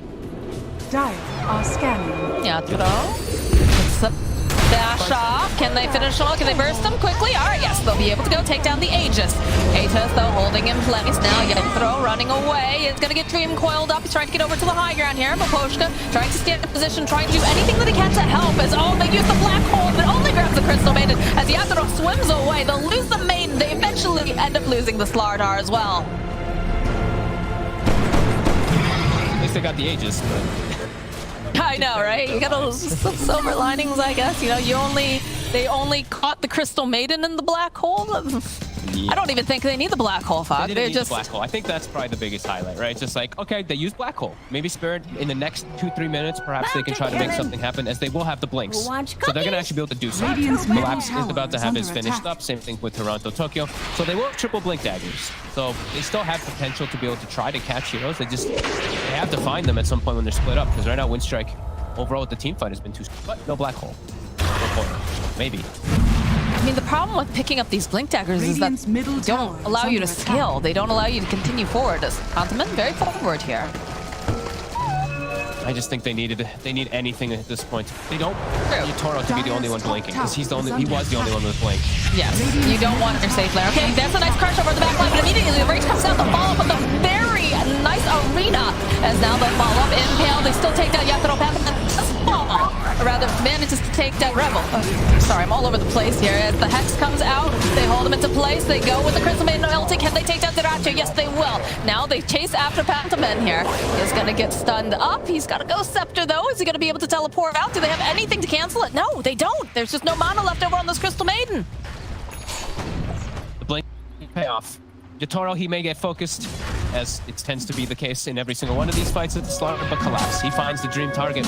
They get Rebel, they get the Bloodseeker, these two die, and then Diracho's isolated. And that was them hitting when there's no black hole. Dire's middle That was a tower nice hit is under finally attack. for Team Spirit. They've started to find a little bit of breathing room in the game. TA has claimed top net worth Dire's again. middle tower They desperately has needed fallen. that. They needed to take a fight where they were able to make something happen, and, you know, definitely paid off. It is scary, though. The next time that this black hole is going to be up, it's definitely something that they have to watch out for, because Yamich has been pretty on point with a lot of these. But yeah, the way that the fight opened up too, with the Slardar, you know, waiting patiently, not being the one getting jumped at, definitely turned that fight around for them. Just finally able to get an initiation rather than every spell being casted on you and you have no response but watching. As Windstrike, they're smoked up looking for any catch here. Bro, doesn't quite have the easy kill. This is looking very easy indeed. Invigilance. Another kill here for Cheshire Cat. He's making this Seeker look really, really good. Yeah, he is. I'm honestly quite surprised. 5, 2, and 8 when he was just Radiant's left middle alone tower bottom. is under He's attack. always finding the right targets for the rupture. He's always getting it onto that Slardar or the TA. Radiant's middle tower has Another fallen. tower going down. And it just feels like Strike has really just taken complete control of this map. Dire's Quick map bottom over tower here. is under See attack. the armor with Medallion Solar was the 30. Nice. Very nice. Glad somebody did it for me. Definitely helps. Lord knows my brain's all over the place today. My goodness. Oh my god, is Rebel gonna... Oh, Mira at last second blinks over to the side. Thought Rebel was gonna get himself a nice little pick off there for half a second. They still have to be a little cautious on the side of Windstrike of just getting chain stun and just the burst. They can just move a hero still quite quickly on the side of Team Spirit with these blinks. And the Deso is now about to be Dire's done for bottom Tokyo tower too, is so they under will attack. have some good damage now coming between the three cores. Collapse has also somehow found almost a full BKB after just getting his blink down in the Dire's last fight. So bottom they've actually tower gotten is under a attack. ton of farm on the map after some scary moments in the beginning. They've actually shrunk that experience lead too from near 10k to below 4,000. Radiant are scanning. They get in a much better position in this game. They go and they use a scan. They know that they're hanging out over in the triangle region here. It's a big thing that they have to watch out for is Yamich's BKB when that ever does come online. It's gonna come pretty quick because he does have that Philosopher's Stone. Dire's But besides that, bottom I do tower think that is under Spirit overall, if attack. they can get a good jump in the fights, it's gonna be a little tougher for Windstrike. It's really gonna be depending on who gets the initial go.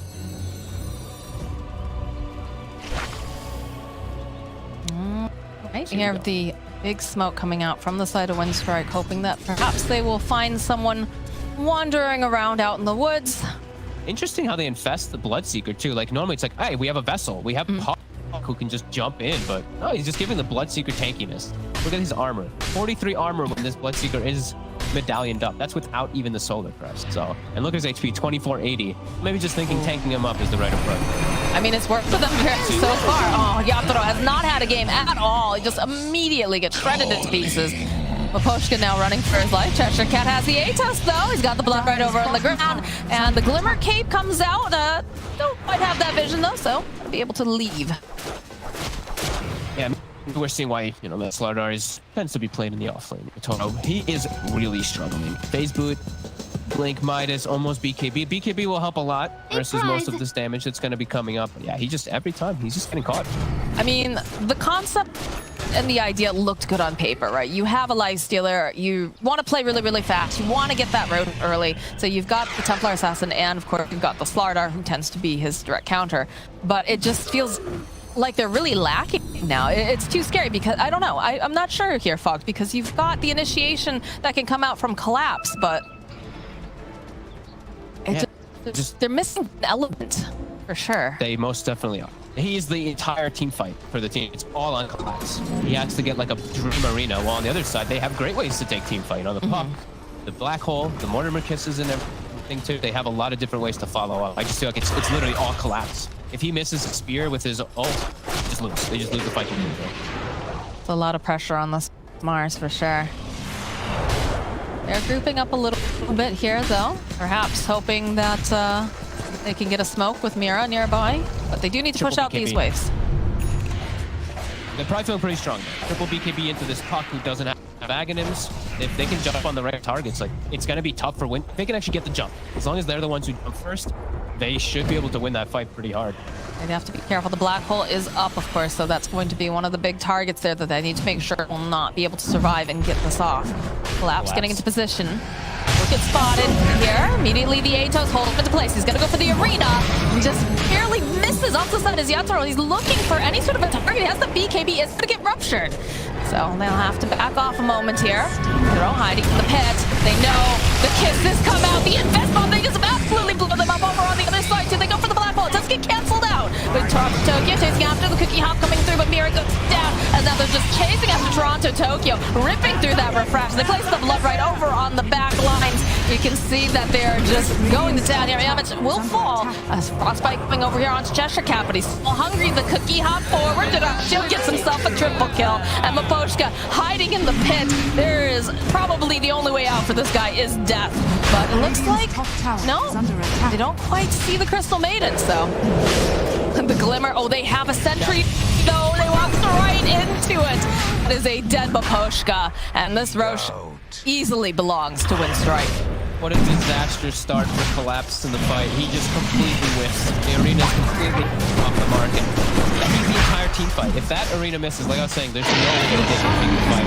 Yatoro, it's actually the worst way the fight can happen. Yatoro is the one who starts leading the charge. He gets ruptured with his whole BKB duration. The reset, but they see him perfectly and they can just kill him. As yeah, Collapse needs to get better jumps if Spirit's going to have any hope in the game. It's starting to disappear.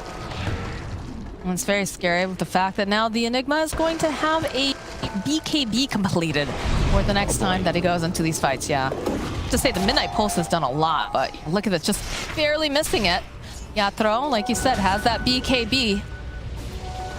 Can't do much with it though. He has to get the jump. They have to get the instant jump. They have to catch at least one hero with that spear on the wall and just instantly blow him up. They're going to try again. They have their BKBs at the ready. They've got the ult ready for the Mars. And there is no black hole, so maybe they can try to do something here. Yeah. Radiant's top tower is under attack. They've got to realize something's up, though. Look at this, though. They don't have any other waves pushed out other than bottom. Yeah. This is a sort of desperation play, it feels like right now. They just want to get one good fight where they at least connect their spells, because then they can start to at least get like a little bit of space on the map. But it's just not happening this game. They're just buying time now, 250 seconds for Black Hole. They're going to start their own push. Orb of Destruction into the bags. Sled Stealer for the push stronger. Okay. Tokyo just trying to do something cheeky, quick plays here. It's so tanky. These corrosive, it doesn't matter. Because now they put 7 armor. Like, Jesus. Love the build from Diraccio too. It's pretty standard for Lifestealer, but just armlet for armor, halberd for the evasion / disarm versus TA, and then more armor with the AC. And he, of course, finds the Orb of Destruction for more minus armor to put on them. And then he's just going hard. More satanic, just buffing himself up, just being that much tanky. Because he knows if he survives the initial go, they'll win the team fight. Yes. Black Hole's back, and there's a BKB on the Enigma, so this next fight, it's just harder and harder for poor Team Spirit. I mean, they know that Yatoro's not there. He's showing in the lane, so I'm surprised that they're not trying to strike a little bit harder, a little bit faster. Damage going forward, though, uses the Black Hole on Toronto Tokyo. They just want to get rid of this TA, and they'll be able to do it. Mortimer Kisses get shot out. There is buyback on TA, but it doesn't seem like he wants to use it, as this Rax is just falling very, very rapidly here to Diraccio. Radiant's top barracks has fallen. Yeah, easy for the Enigma. When you have BKB, there's no cancer. They can hold the target, the main one. Jump forward here from Rabo, manages to go and grab up both of these supports, but the immediate follow-up and Collapse, he gets off the arena, but it doesn't do anything. Director just walking in and out and around in circles. They might be able to go down. They might be able to take down. And now Racho just fighting here with Yatoro with that BKB. He's just going off here, trying to take the Toronto. Eventually the Aegis does indeed pop. Collapse has just been trying to hold everyone over on the back lines. Perhaps they've gone a little bit too far though, because they do have the Hex, they do have the Chain Stun, they've got the Frostbite, and they'll finally be able to take down Thrachio as he's been in their base for quite a while. Nothing to cancel out the TP of Pantomen then. And Yamich is forced to just run away. Windstrike definitely going a bit too far. They're going under the tier 4s, getting the Bloodseeker speared to a tower, the Lifestealer under tier 4s the entire time, getting beat on by Corrosive Hail, the Deso. A clear overextension by Windstrike when they don't have that Black Hole available. They don't have Kisses available. They didn't need to go for all that. They'd already gotten the racks. They actually just give Spirit quite a bit of hope there. It does cost some buybacks. Of course, the triple is coming into play, but pretty decent comeback from Spirit. Still, they need to do this a couple more times to have any hope in the game, but... Hey, it's hope. It's something. They'll take that. Because before it was looking pretty dire for them. I wasn't even trying to make a joke out of that, but under attack. No. There's too many. I think it was rough too because I believe we noticed as well the Slardar still had his TP on cooldown during that last fight. So perhaps they thought that maybe he was going to show up. Maybe, you know, lots of different situations there. So we are just gonna. Windstrike's just feeling them. They were feeling themselves a little too much. Rebel just going in for the 2 supports with the coil. Maybe not expecting those buybacks to come into play. Yeah, I have to say, it looks so good on this puck. He always does. Yeah, he's actually been super impressive for me. And I actually Cheshire Cat too. I thought this game was going to be one where he just gets nothing on this Bloodseeker. He's having an excellent game. He's literally rupturing the perfect target every time. In the previous series too, and he's played like his Slardars and stuff. He's looked fantastic. So. Him and Rebel definitely looking really hot. I guess the question is, this is a situation because you have the, I don't want to say the ultimate solution, but you do have the solution, right? To be able to try to like lock down this puck. Is it reaching a point though where Rebel is just getting this puck too often, or perhaps, you know, it's worth it to use a ban on it? It might be. I mean, the hero is just super difficult to deal with a lot of the times. That's why they went TA too, right? Like to shut down in the lane phase, and it's already worth it. It might be just worth that ban. There are some, you know, you do need to ban these bans. So as Windstrike charging with the super tanky Bloodseeker. Toronto Tokyo hiding over here on the side. Turn their attention over to this Crystal Maiden. They do have the vision on her, but we get a big over on the back lines. But the Black Hole also capturing too. Toronto Tokyo and Mira getting caught in it. As now the figure comes out, they'll take down Yamich. Toronto Tokyo, though, eventually going fall into Pantomen. And Pantomen has been just guiding them left and right, but they do have the BKB, so eventually they'll take down the Snapfire. Buybacks are coming out from the Snap as well. Cheshire Cat still hunting. Oh, the Atos in clinch over on to Collapse. He's not going to be allowed to teleport out. It is silent stuff. Fairly tanky, but he's got Thrachio and Cheshire Cat just hunting him through the tree line. Rabel joining in as well. Silence coming out. They've got the damage down. There's Collapse. They tried to go for the Enigma so badly. Mira as well as Toronto Tokyo. They tried to get the jump in the back line, but he actually played the same time BKBs and Black Holes right onto Toronto Tokyo TA. Wasn't killing him, but damage was done. TA's controlled the whole fight. Cat gets, and then Lifestealer is fighting on the south side versus things that he doesn't care about. He doesn't mind being inside of an arena versus Mars or fighting versus Slardar at this point as this Lifestealer. He is a beast. Paladin started with Satanic too. No worries for him anymore. Tower is under attack. At this point, he can just waltz on into the space. Radiant structures are start breaking apart the buildings. It's just too scary for Team Spirit to try to jump in the middle of all of this. They're too far behind now. They've got too many solutions. This Cheshire Cat with the Atos and the Bloodright have done so much this game. Yeah, Stream Coil gets used. It's only on Mira. They do have the... oh, they have vision, though. They've got the Dust. Thrachio just runs right on in, and down goes Mira. I like how they've approached some of these fights, too. If they're walking into this scary high ground, but they have a Bloodseeker with 50 armor, and then he gets thrown Solar Crest and Fast, Medallion, etc., and he's got like 60-something armor with 3,500 HP, so you may be walking into the high ground, but this Bloodseeker's immortal. It's a really interesting approach that's worked out super nice for Winston in this game. Spirit, I think we're going to have to go back to some more normal kind of things, because this one is kind of been solved, it feels like. The immediate jump here. They've got the BKB. They'll follow up with the arena. Cookie hop out though. Yamich just walks on out, and he got a little bit of help there from the Lifestealer, but he'll pop out, chase after, over Collapse. Mortimer Kisses do get used. It's Toronto Tokyo a little bit low, but they'll buy back. And They need to defend this last tower and racks, or else they're gonna have mega creeps here, but not gonna have that arena again. Look, he's just so powerful. He's too strong. Jump in here from the will manage to land the Drake Coil over onto 2. They'll even use the Rupture as well. You can see Daracha, he wants to take out Torontoki, and he's going to be able to do it. The Black Hole comes out. It'll drag back over on Yatoro. He's going to buy back, but Pochka letting it go. Trying to just get some of this damage up, but the size comes out. They'll be able to take out the Pochka, the Hex as well. This nice stun up here from the Lion. They need to get this kill on Yatoro. Again, he needs to get back into his base. He's not going to be able to. The GG gets called. And Windstrike showing up here in this first game, and they just look incredible, Fox. It really is like these first 15-20 minutes for me. It's a lineup for Spirit where I think if you don't get Roche, kind of just like lose the game. You have to play with Aegis on TA, otherwise the hero overall does feel quite a lot weaker. And Windstrike, they won so many fights early on that allowed them to actually get in to get that Roshan in comparison versus Spirit. And Slaughter carry, not looking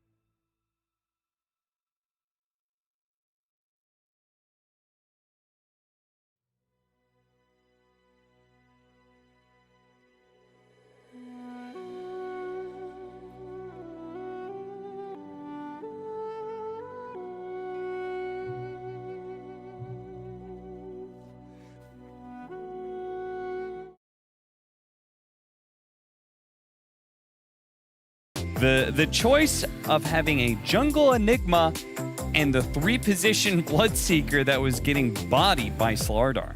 Yeah, so I just want to start off by the fact that you had Slardar, minute 7 Midas, living the dream. But then he suddenly TPs the top lane, tries to get involved in a couple more engagements, and he's then dying to this Enigma coming back out of the jungle and playing that top area. I think that alone just kind of puts a question mark towards Team Spirit's strategy, because you're leaving a free lane, free farm, Midas, you just don't really want to be that active, to then die, and your TA then rushes BKB. Like, Spirit just feel so disconnected with kind of the timings of this kind of quirkier draft. Well, Purge is actually going to be breaking that down a bit further for us.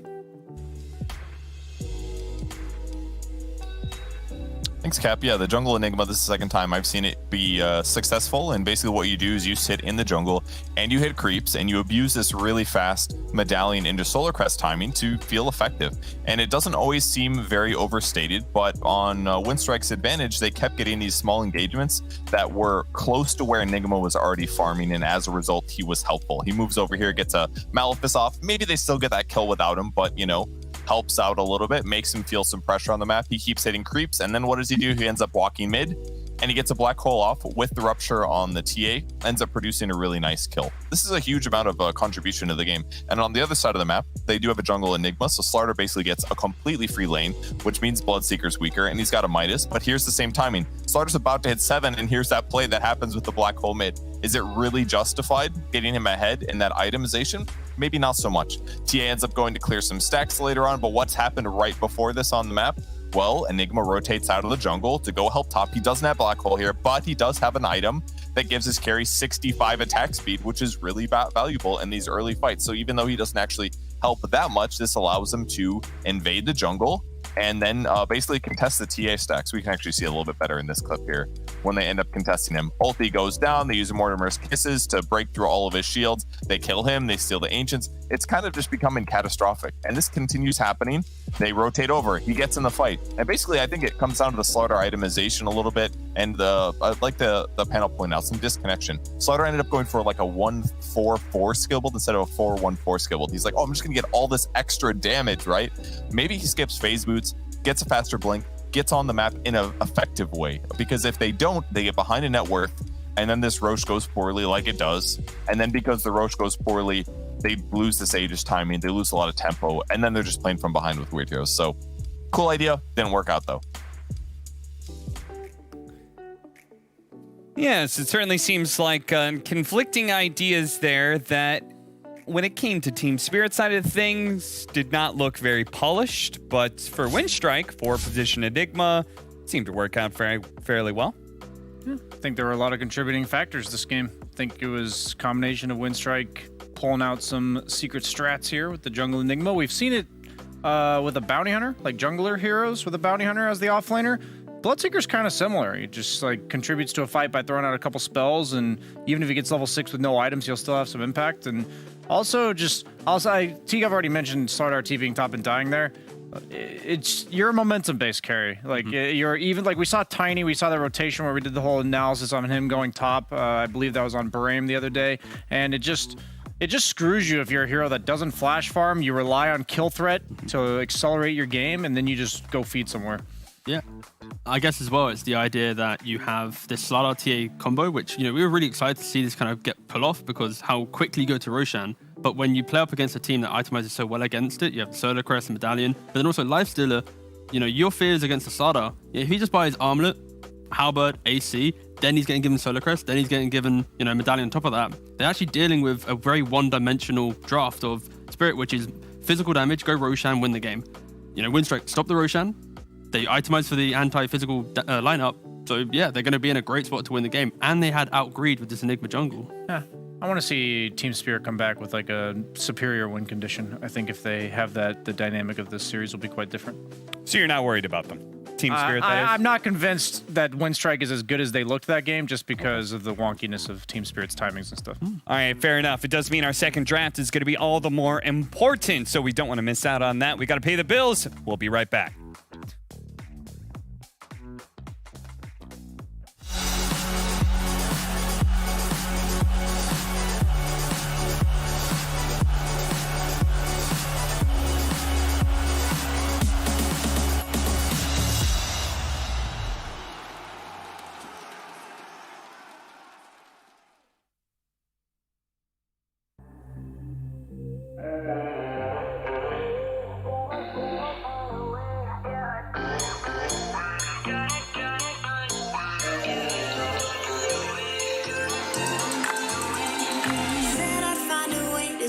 heart into something gold.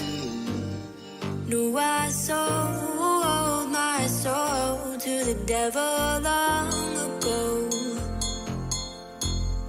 I wrote it all along on your way right before it broke.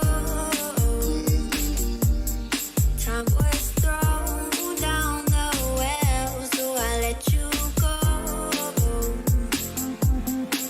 What I do right now. What I do right now for you.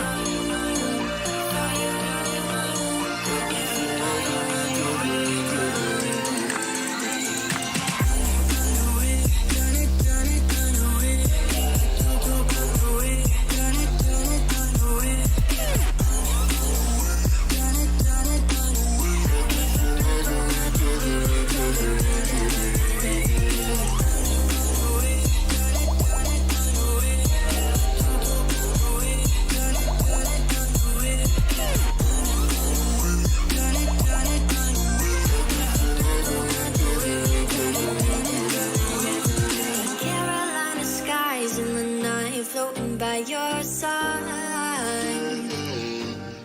I fell up when you fell down, but we stayed in flight. I'm laughing to myself, cause I know that I can't